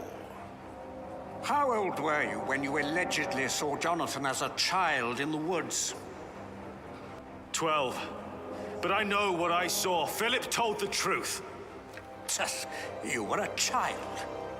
And what were you doing there, in the woods? I was living in the forest, with my mother. They were outlaws. Prior Remigius is the most trustworthy witness we've seen today, and his statement was quite damning to Philip. The distant memories of an outlawed child cannot convince me otherwise. He fathered a child! Let no! him go! He would never do that! And yet, Lady Aliena is right.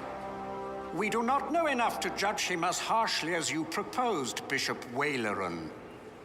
You are right, Bishop Henry. As I said, it is not up to us to judge this man.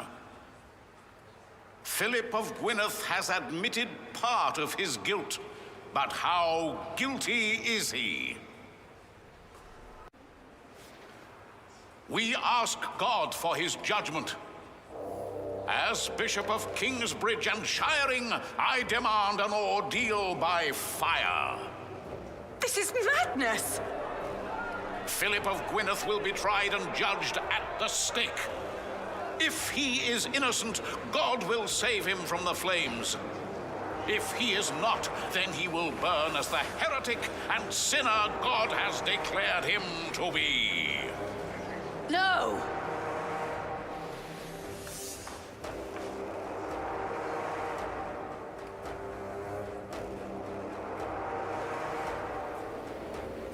Waleran, by God! Not this time. It's her. I saw the child and Francis. I was there. Philip is not the child's father. He is a fool, but he is a good man. Then, who is the father? It is me.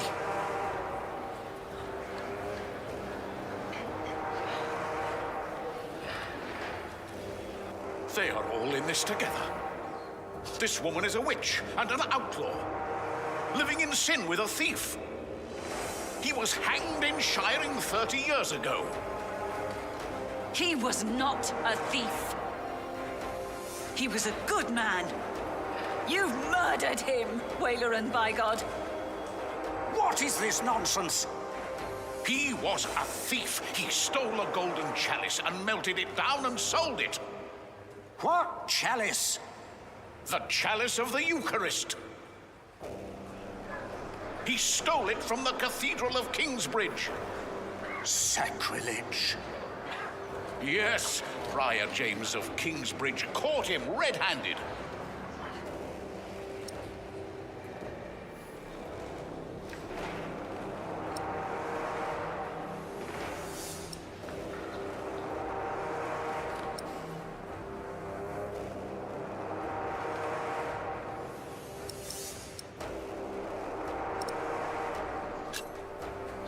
Prior James confessed to me the night the cathedral burned down. I was there, I saw him. Prior James died weeks before that. No, he did not. What proof do you have? Is that the chalice? You said it was melted down and sold. Fall not for their lies. That could be any chalice. This does not prove a thing. Where did you find this chalice? In a secret chamber. We believe Prior James hid it because he felt guilty for falsely accusing Jack's father. Bishop Henry, he speaks the truth. Order! I will give you until sunset to produce a witness who can prove your accusations against Bishop Waleran. Not just this chalice. If you fail to do this, I will make sure you are tried for defamation. Philip of Gwynedd, you will stay under arrest. The trial recommences at sunset.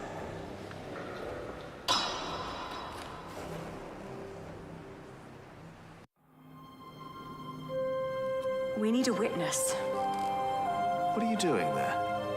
I've seen you draw up plans for a cathedral. Maybe we can do something similar to find our witness.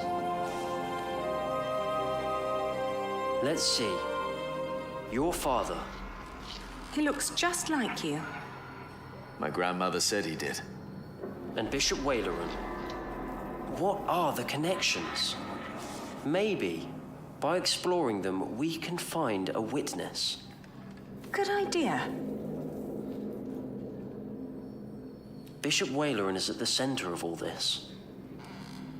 Jack's father, if he was still with us, he could be our witness. Maybe he still can. If my father had not come to England, none of this would have happened. Perhaps.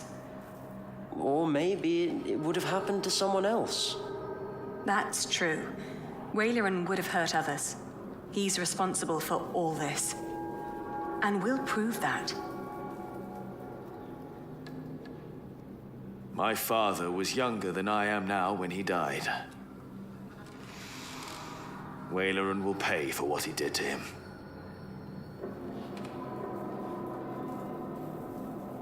Mother says Waleran was behind my father's death. And she said he wasn't alone. There were 3 men responsible for your father's death.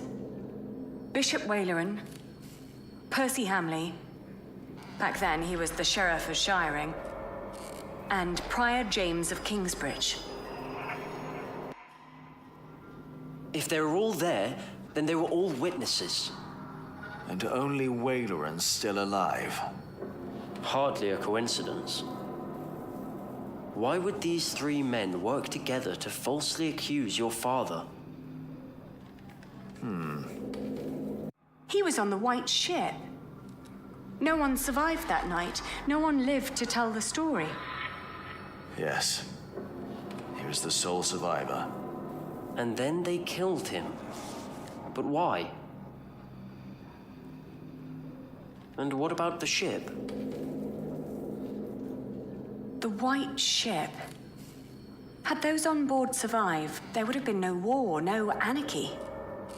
My father might still have been alive. And mine. I doubt we would ever be able to prove that the sinking was not an accident. It all started aboard that ship. I doubt we would ever be able to prove that the sinking was not an accident. William Hamley's father? Percy Hamley was involved in all this. But the dead don't talk. True.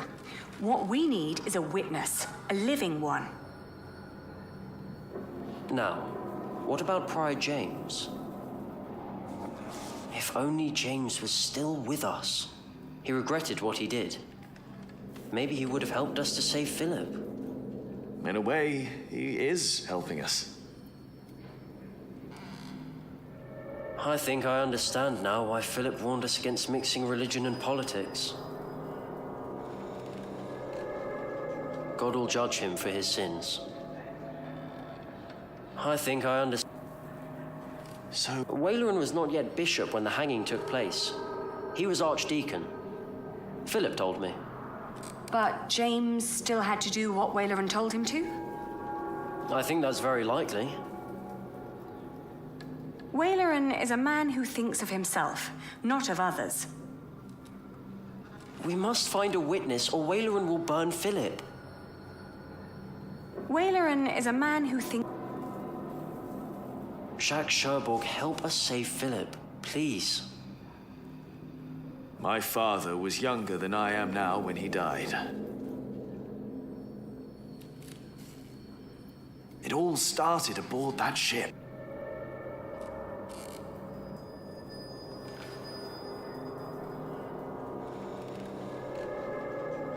Percy and his wife had always lusted for power.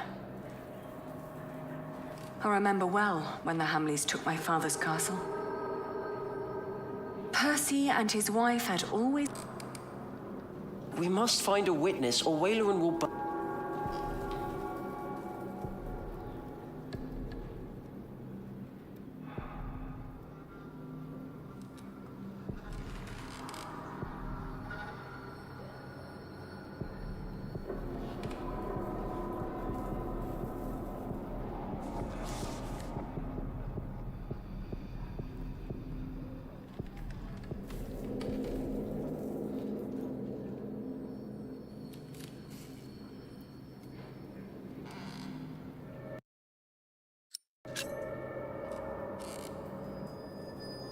Percy Hamley was the sheriff of Shiring. Well, he could have ordered your father to be hanged. But he was arrested and held in Kingsbridge first. Prior James claimed that my father had committed theft. How are Prior James and Percy Hamley connected? Not at all, I would guess. Except through Bishop Waleran. Yes. He needed James to arrest my father and Percy Hamley to hang him. Now both of them are dead. That can't be a coincidence. Why would Waleran, Percy, and James be concerned about the White Ship? The son and heir of King Henry was on board. So were other possible heirs and other members of the royal household. I heard that Stephen was supposed to be on the ship as well, but became ill. He was the only male heir. The only threats were the king's daughter Maud and her half-brother Earl Robert, and they've been at war ever since. And your father, Earl Bartholomew. He was a threat. He tried to stop Stephen and paid for that with his life. Maybe my father saw something on the White Ship. Proof that Stephen was involved.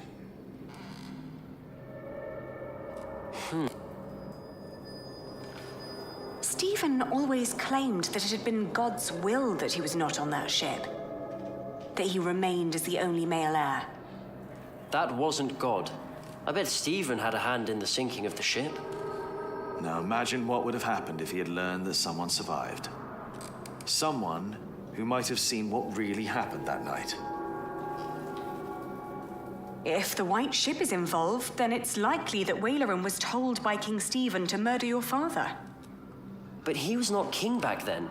Why would Waleran listen to him? He was promised to become bishop. Of course. Remember, Bishop Henry is Stephen's brother, and back then he was already one of the most influential clerics in all of England.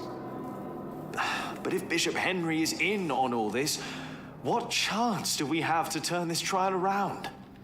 It is a public trial. All we want is for Philip to go free. We find a witness to expose Waleran. Henry would have to play along to appear innocent. Are you sure that's a good idea? It's our best shot.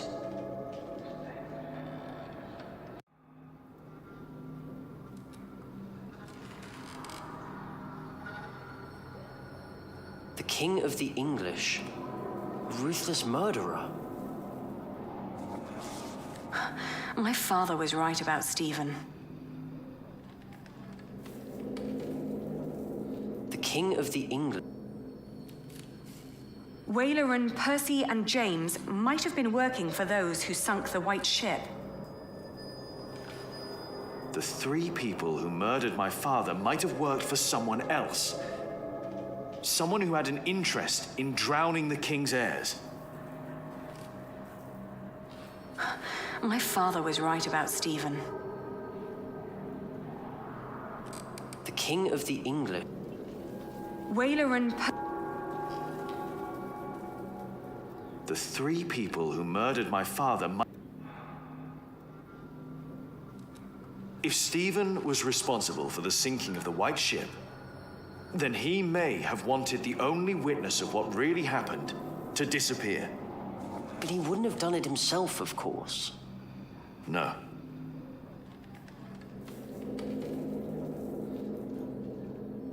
I wonder if my father ever learned why he was killed.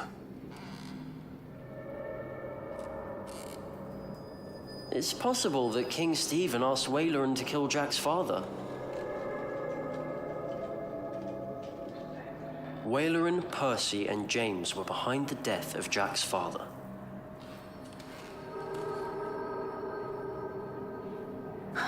My father... I wonder if my father... Waleran, Percy, and James were behind the death of Jack's... My father wanted to go to England. He was the only one who made it when the White Ship sank. The King of the English... Hardly a coincidence that the king's heirs all died on that ship.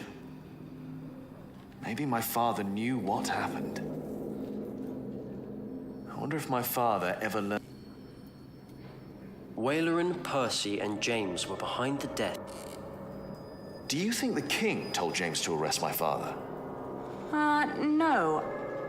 I find it much more likely that James was instructed to frame your father by Waleran, his superior. As Archdeacon, Waleran was much more involved in politics than James would have been. Do you think Stephen would have approached Percy directly? Because of the White Ship?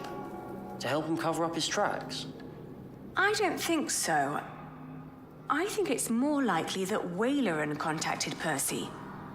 Just like he did when he wanted Percy to arrest my father.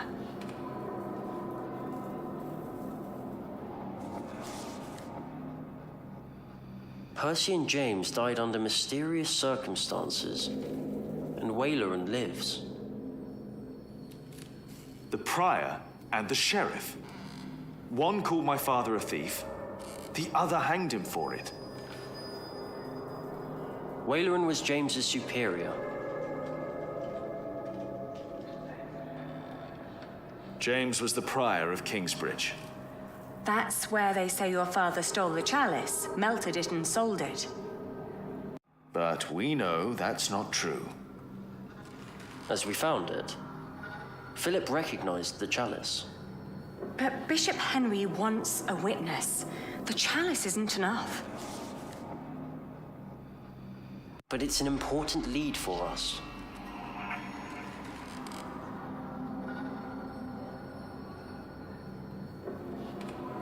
Maybe Stephen never came up with the plan to hang your father.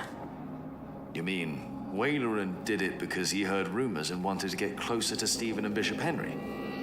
Maybe. Philip said that Prior James was an honest man. So perhaps Waleran forced him to falsely accuse your father. Maybe. That might explain why James was guilt-ridden. The monks still tell the stories about how James thought the devil was after him. I think... So Waleran and the others claimed your father had stolen a chalice from Kingsbridge Cathedral, and that he sold it? Yes. We know that's not true, but we need a witness. It's the only way to help Philip. Stephen himself probably never set eyes on that chalice. Maybe Stephen never... You mean, what? Maybe. Waleran's face when he saw the chalice, that should have been proof enough.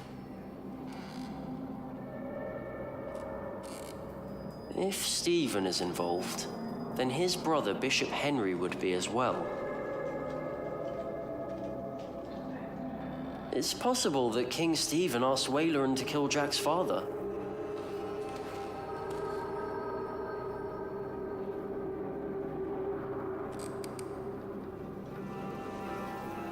Percy did not hide the chalice. Percy Hamley may never have been in contact with the chalice. It never left Kingsbridge, after all.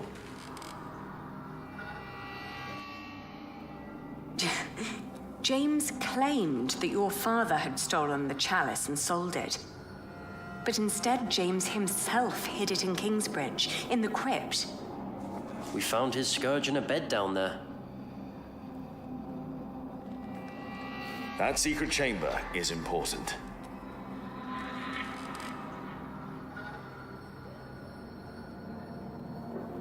We're close.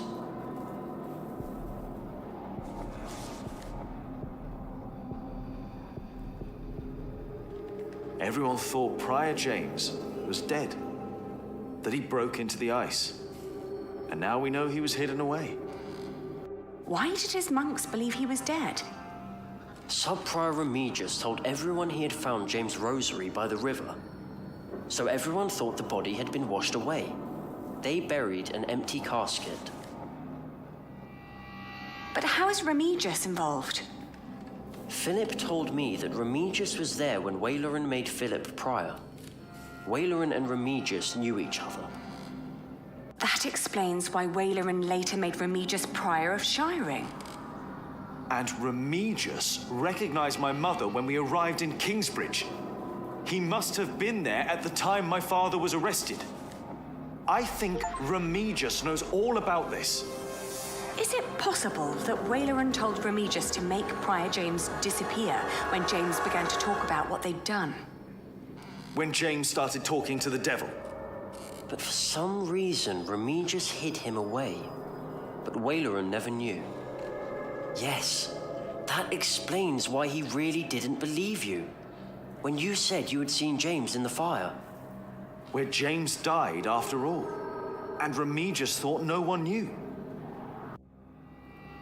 We have to find Remigius. He's our witness. Let's hurry. It's getting dark already. The trial will continue soon. People know you two. You shouldn't walk around Shiring like that. He's right. I'll go look for him. All right. Take care of yourself. And Jonathan. Yes? We will talk later about what was said today. About Tom. All right.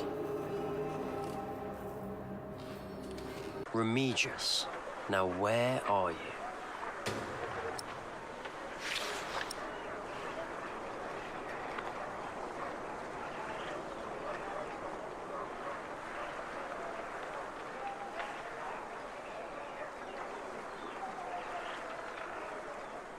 Everyone left for the trial, it seems.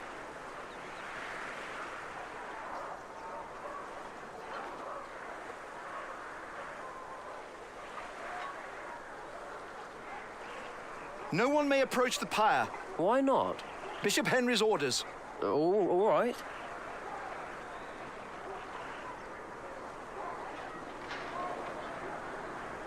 Hello? They're all gone.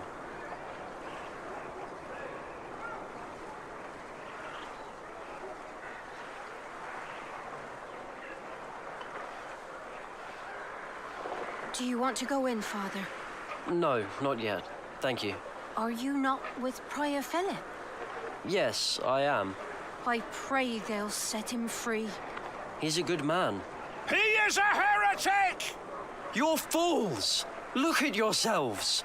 Who are you to judge a man who has never hurt anyone? Forgive them, Father. We don't judge him, but God will!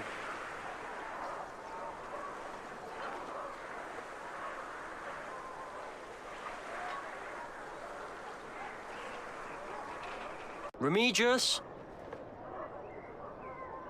I don't think he's here.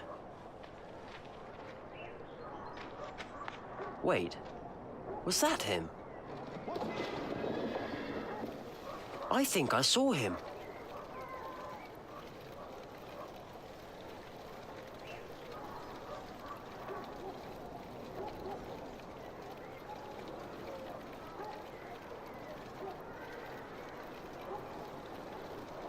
Hello? The door's open. Is anyone there? You had one task. By God! No! Our bishop is very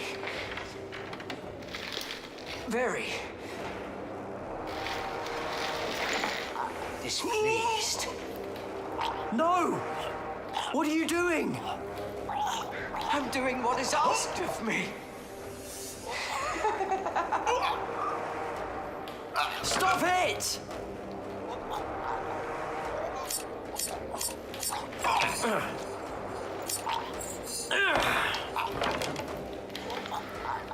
No! Stay away! This does not concern you! No! Who told you to do this? No one.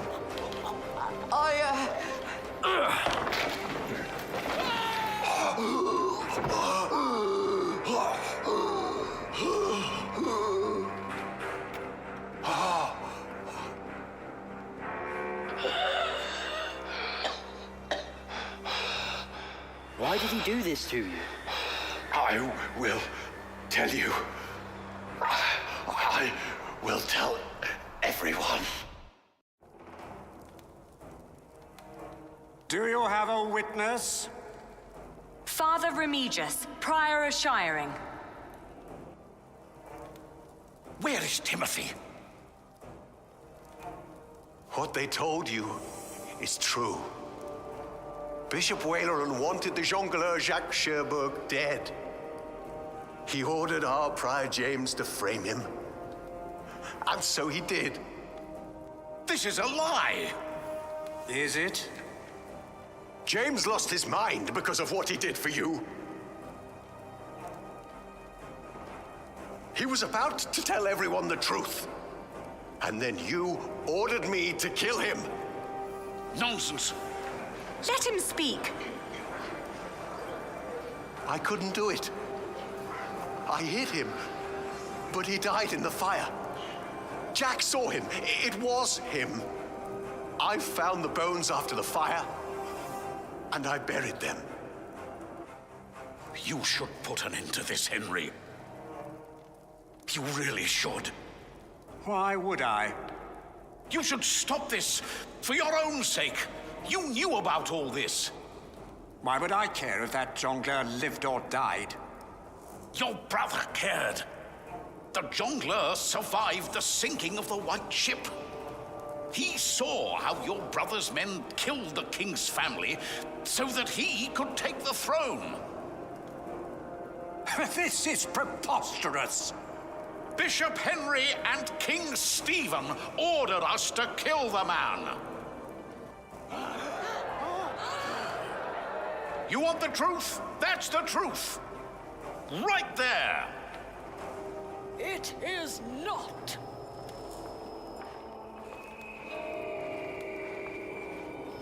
Waleran is a liar.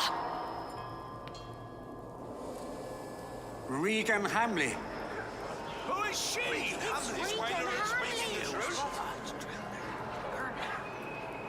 I have waited long enough for this day. It is time I raise my voice. The woman, Ellen, she spoke the truth.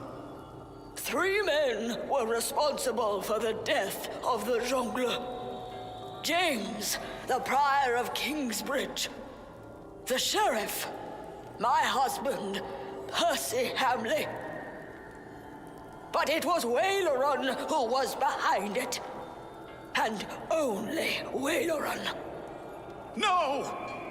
He had heard rumors about the White Ship, about our king. He had hoped to win the king's favor by hanging an innocent man. But it was not just me. They all knew. Take him away.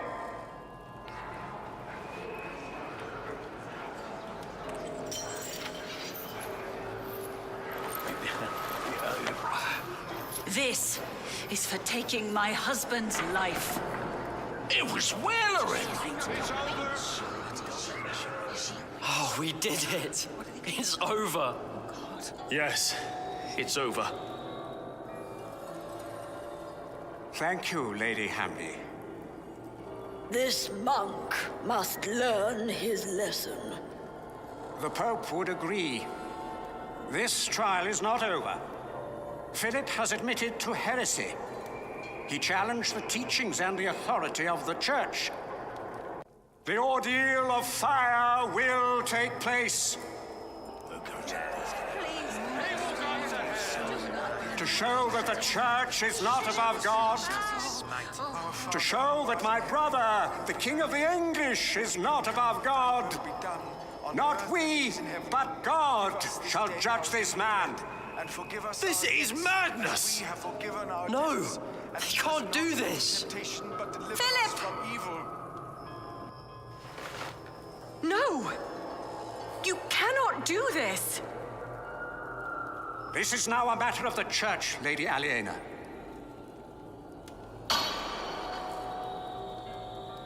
My brother, the King, and I accepted the traitor Wailerin into our midst. We were fools and sinners, even if we did not know. I pray that our Lord will save Philip from these flames, for his salvation shall be a salvation for all of us sinners. Our Father, who art in heaven, hallowed be thy name. Thy kingdom come, thy will be done, on earth as it is in heaven. Light the pyre!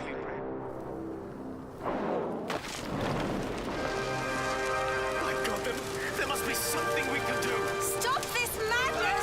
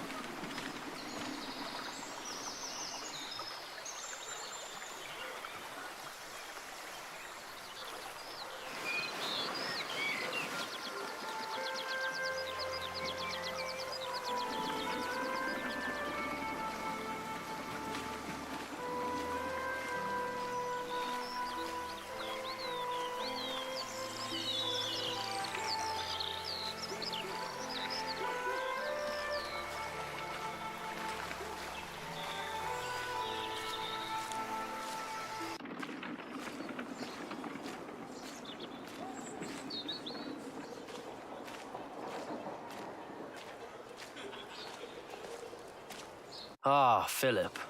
It is so good to see you, Jonathan. Tell me, how are things at St. John in the Forest? Francis is well. That is wonderful. Yes, he enjoys the life there. You look worried, Jonathan. Well, you have a visitor. He just arrived. Is that not a good thing, Jonathan? Who is it? That is just it. I wasn't sure if you wanted to see him.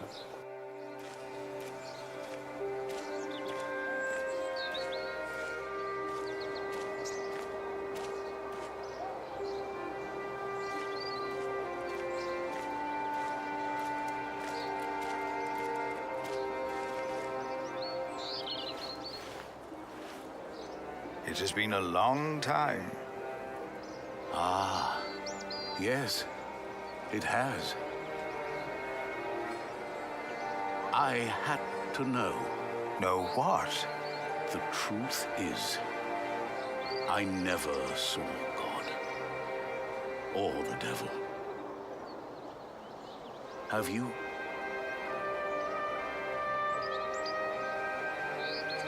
Oh Lord, deliver us from evil.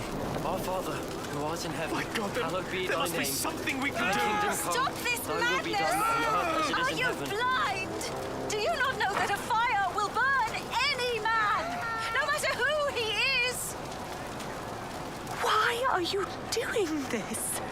After Wayland's words, there is doubt in their hearts about my motives, about my brothers. No words can erase that doubt, but God can. Our Lord is a cleansing fire.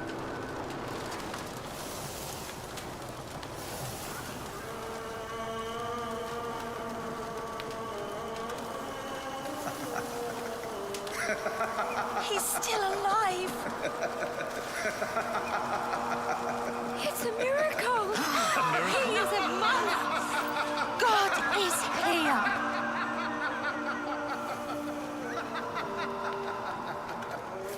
How is this possible? It's all a matter of perspective. We have to stop this! No, Jack. Come. My God. No, but that's what they see. That's what they believe. The water. It's dousing the flames. It's a trick. To them, it's a miracle. The justice of our church. I believe Philip understands that now. His book will be destroyed. If you or your friends ever mention the White Ship again, I promise you will take Prior Philip's place. And God will not be as forgiving. Their faith in you and your church is restored. I say it was worth sparing that monk's life.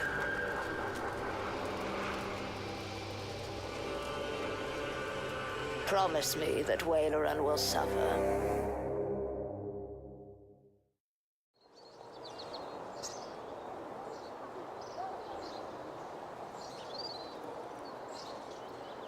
Philip? Yes? Did you see God? Did he save you that night?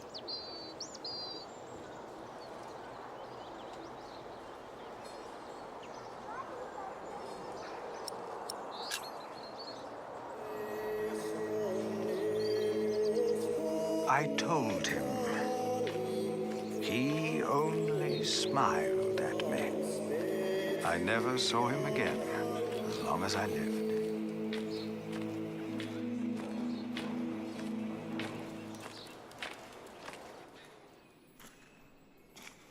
Philip is back. Philip! Philip! We're glad you're back. Did you walk all the way again? Just part of it. Old fool. Ellen stayed in Kingsbridge, together with Tom. I thought I had lost God, that he did not watch over us. But now I see him every day. He is in the good we do, in how we show our love.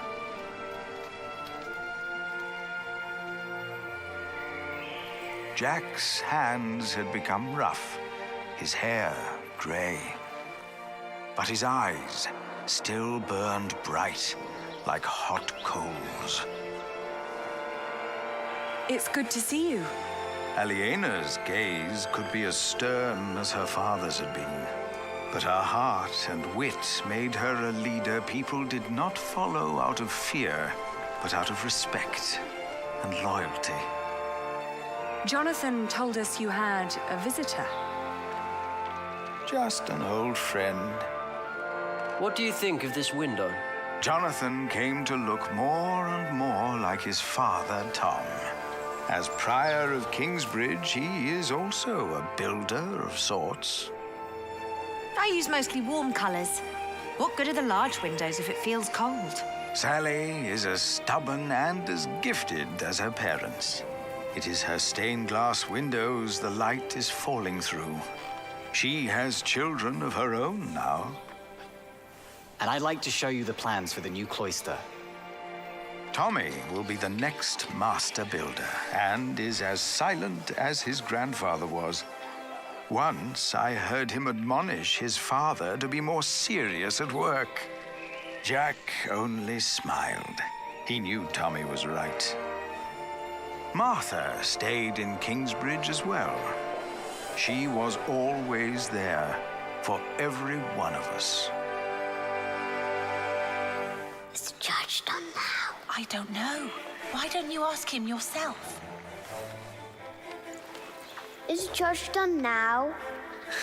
It will never be done. Not in my lifetime. Not in yours. Remember us for what we did, for who we were, and maybe for what we tried to be.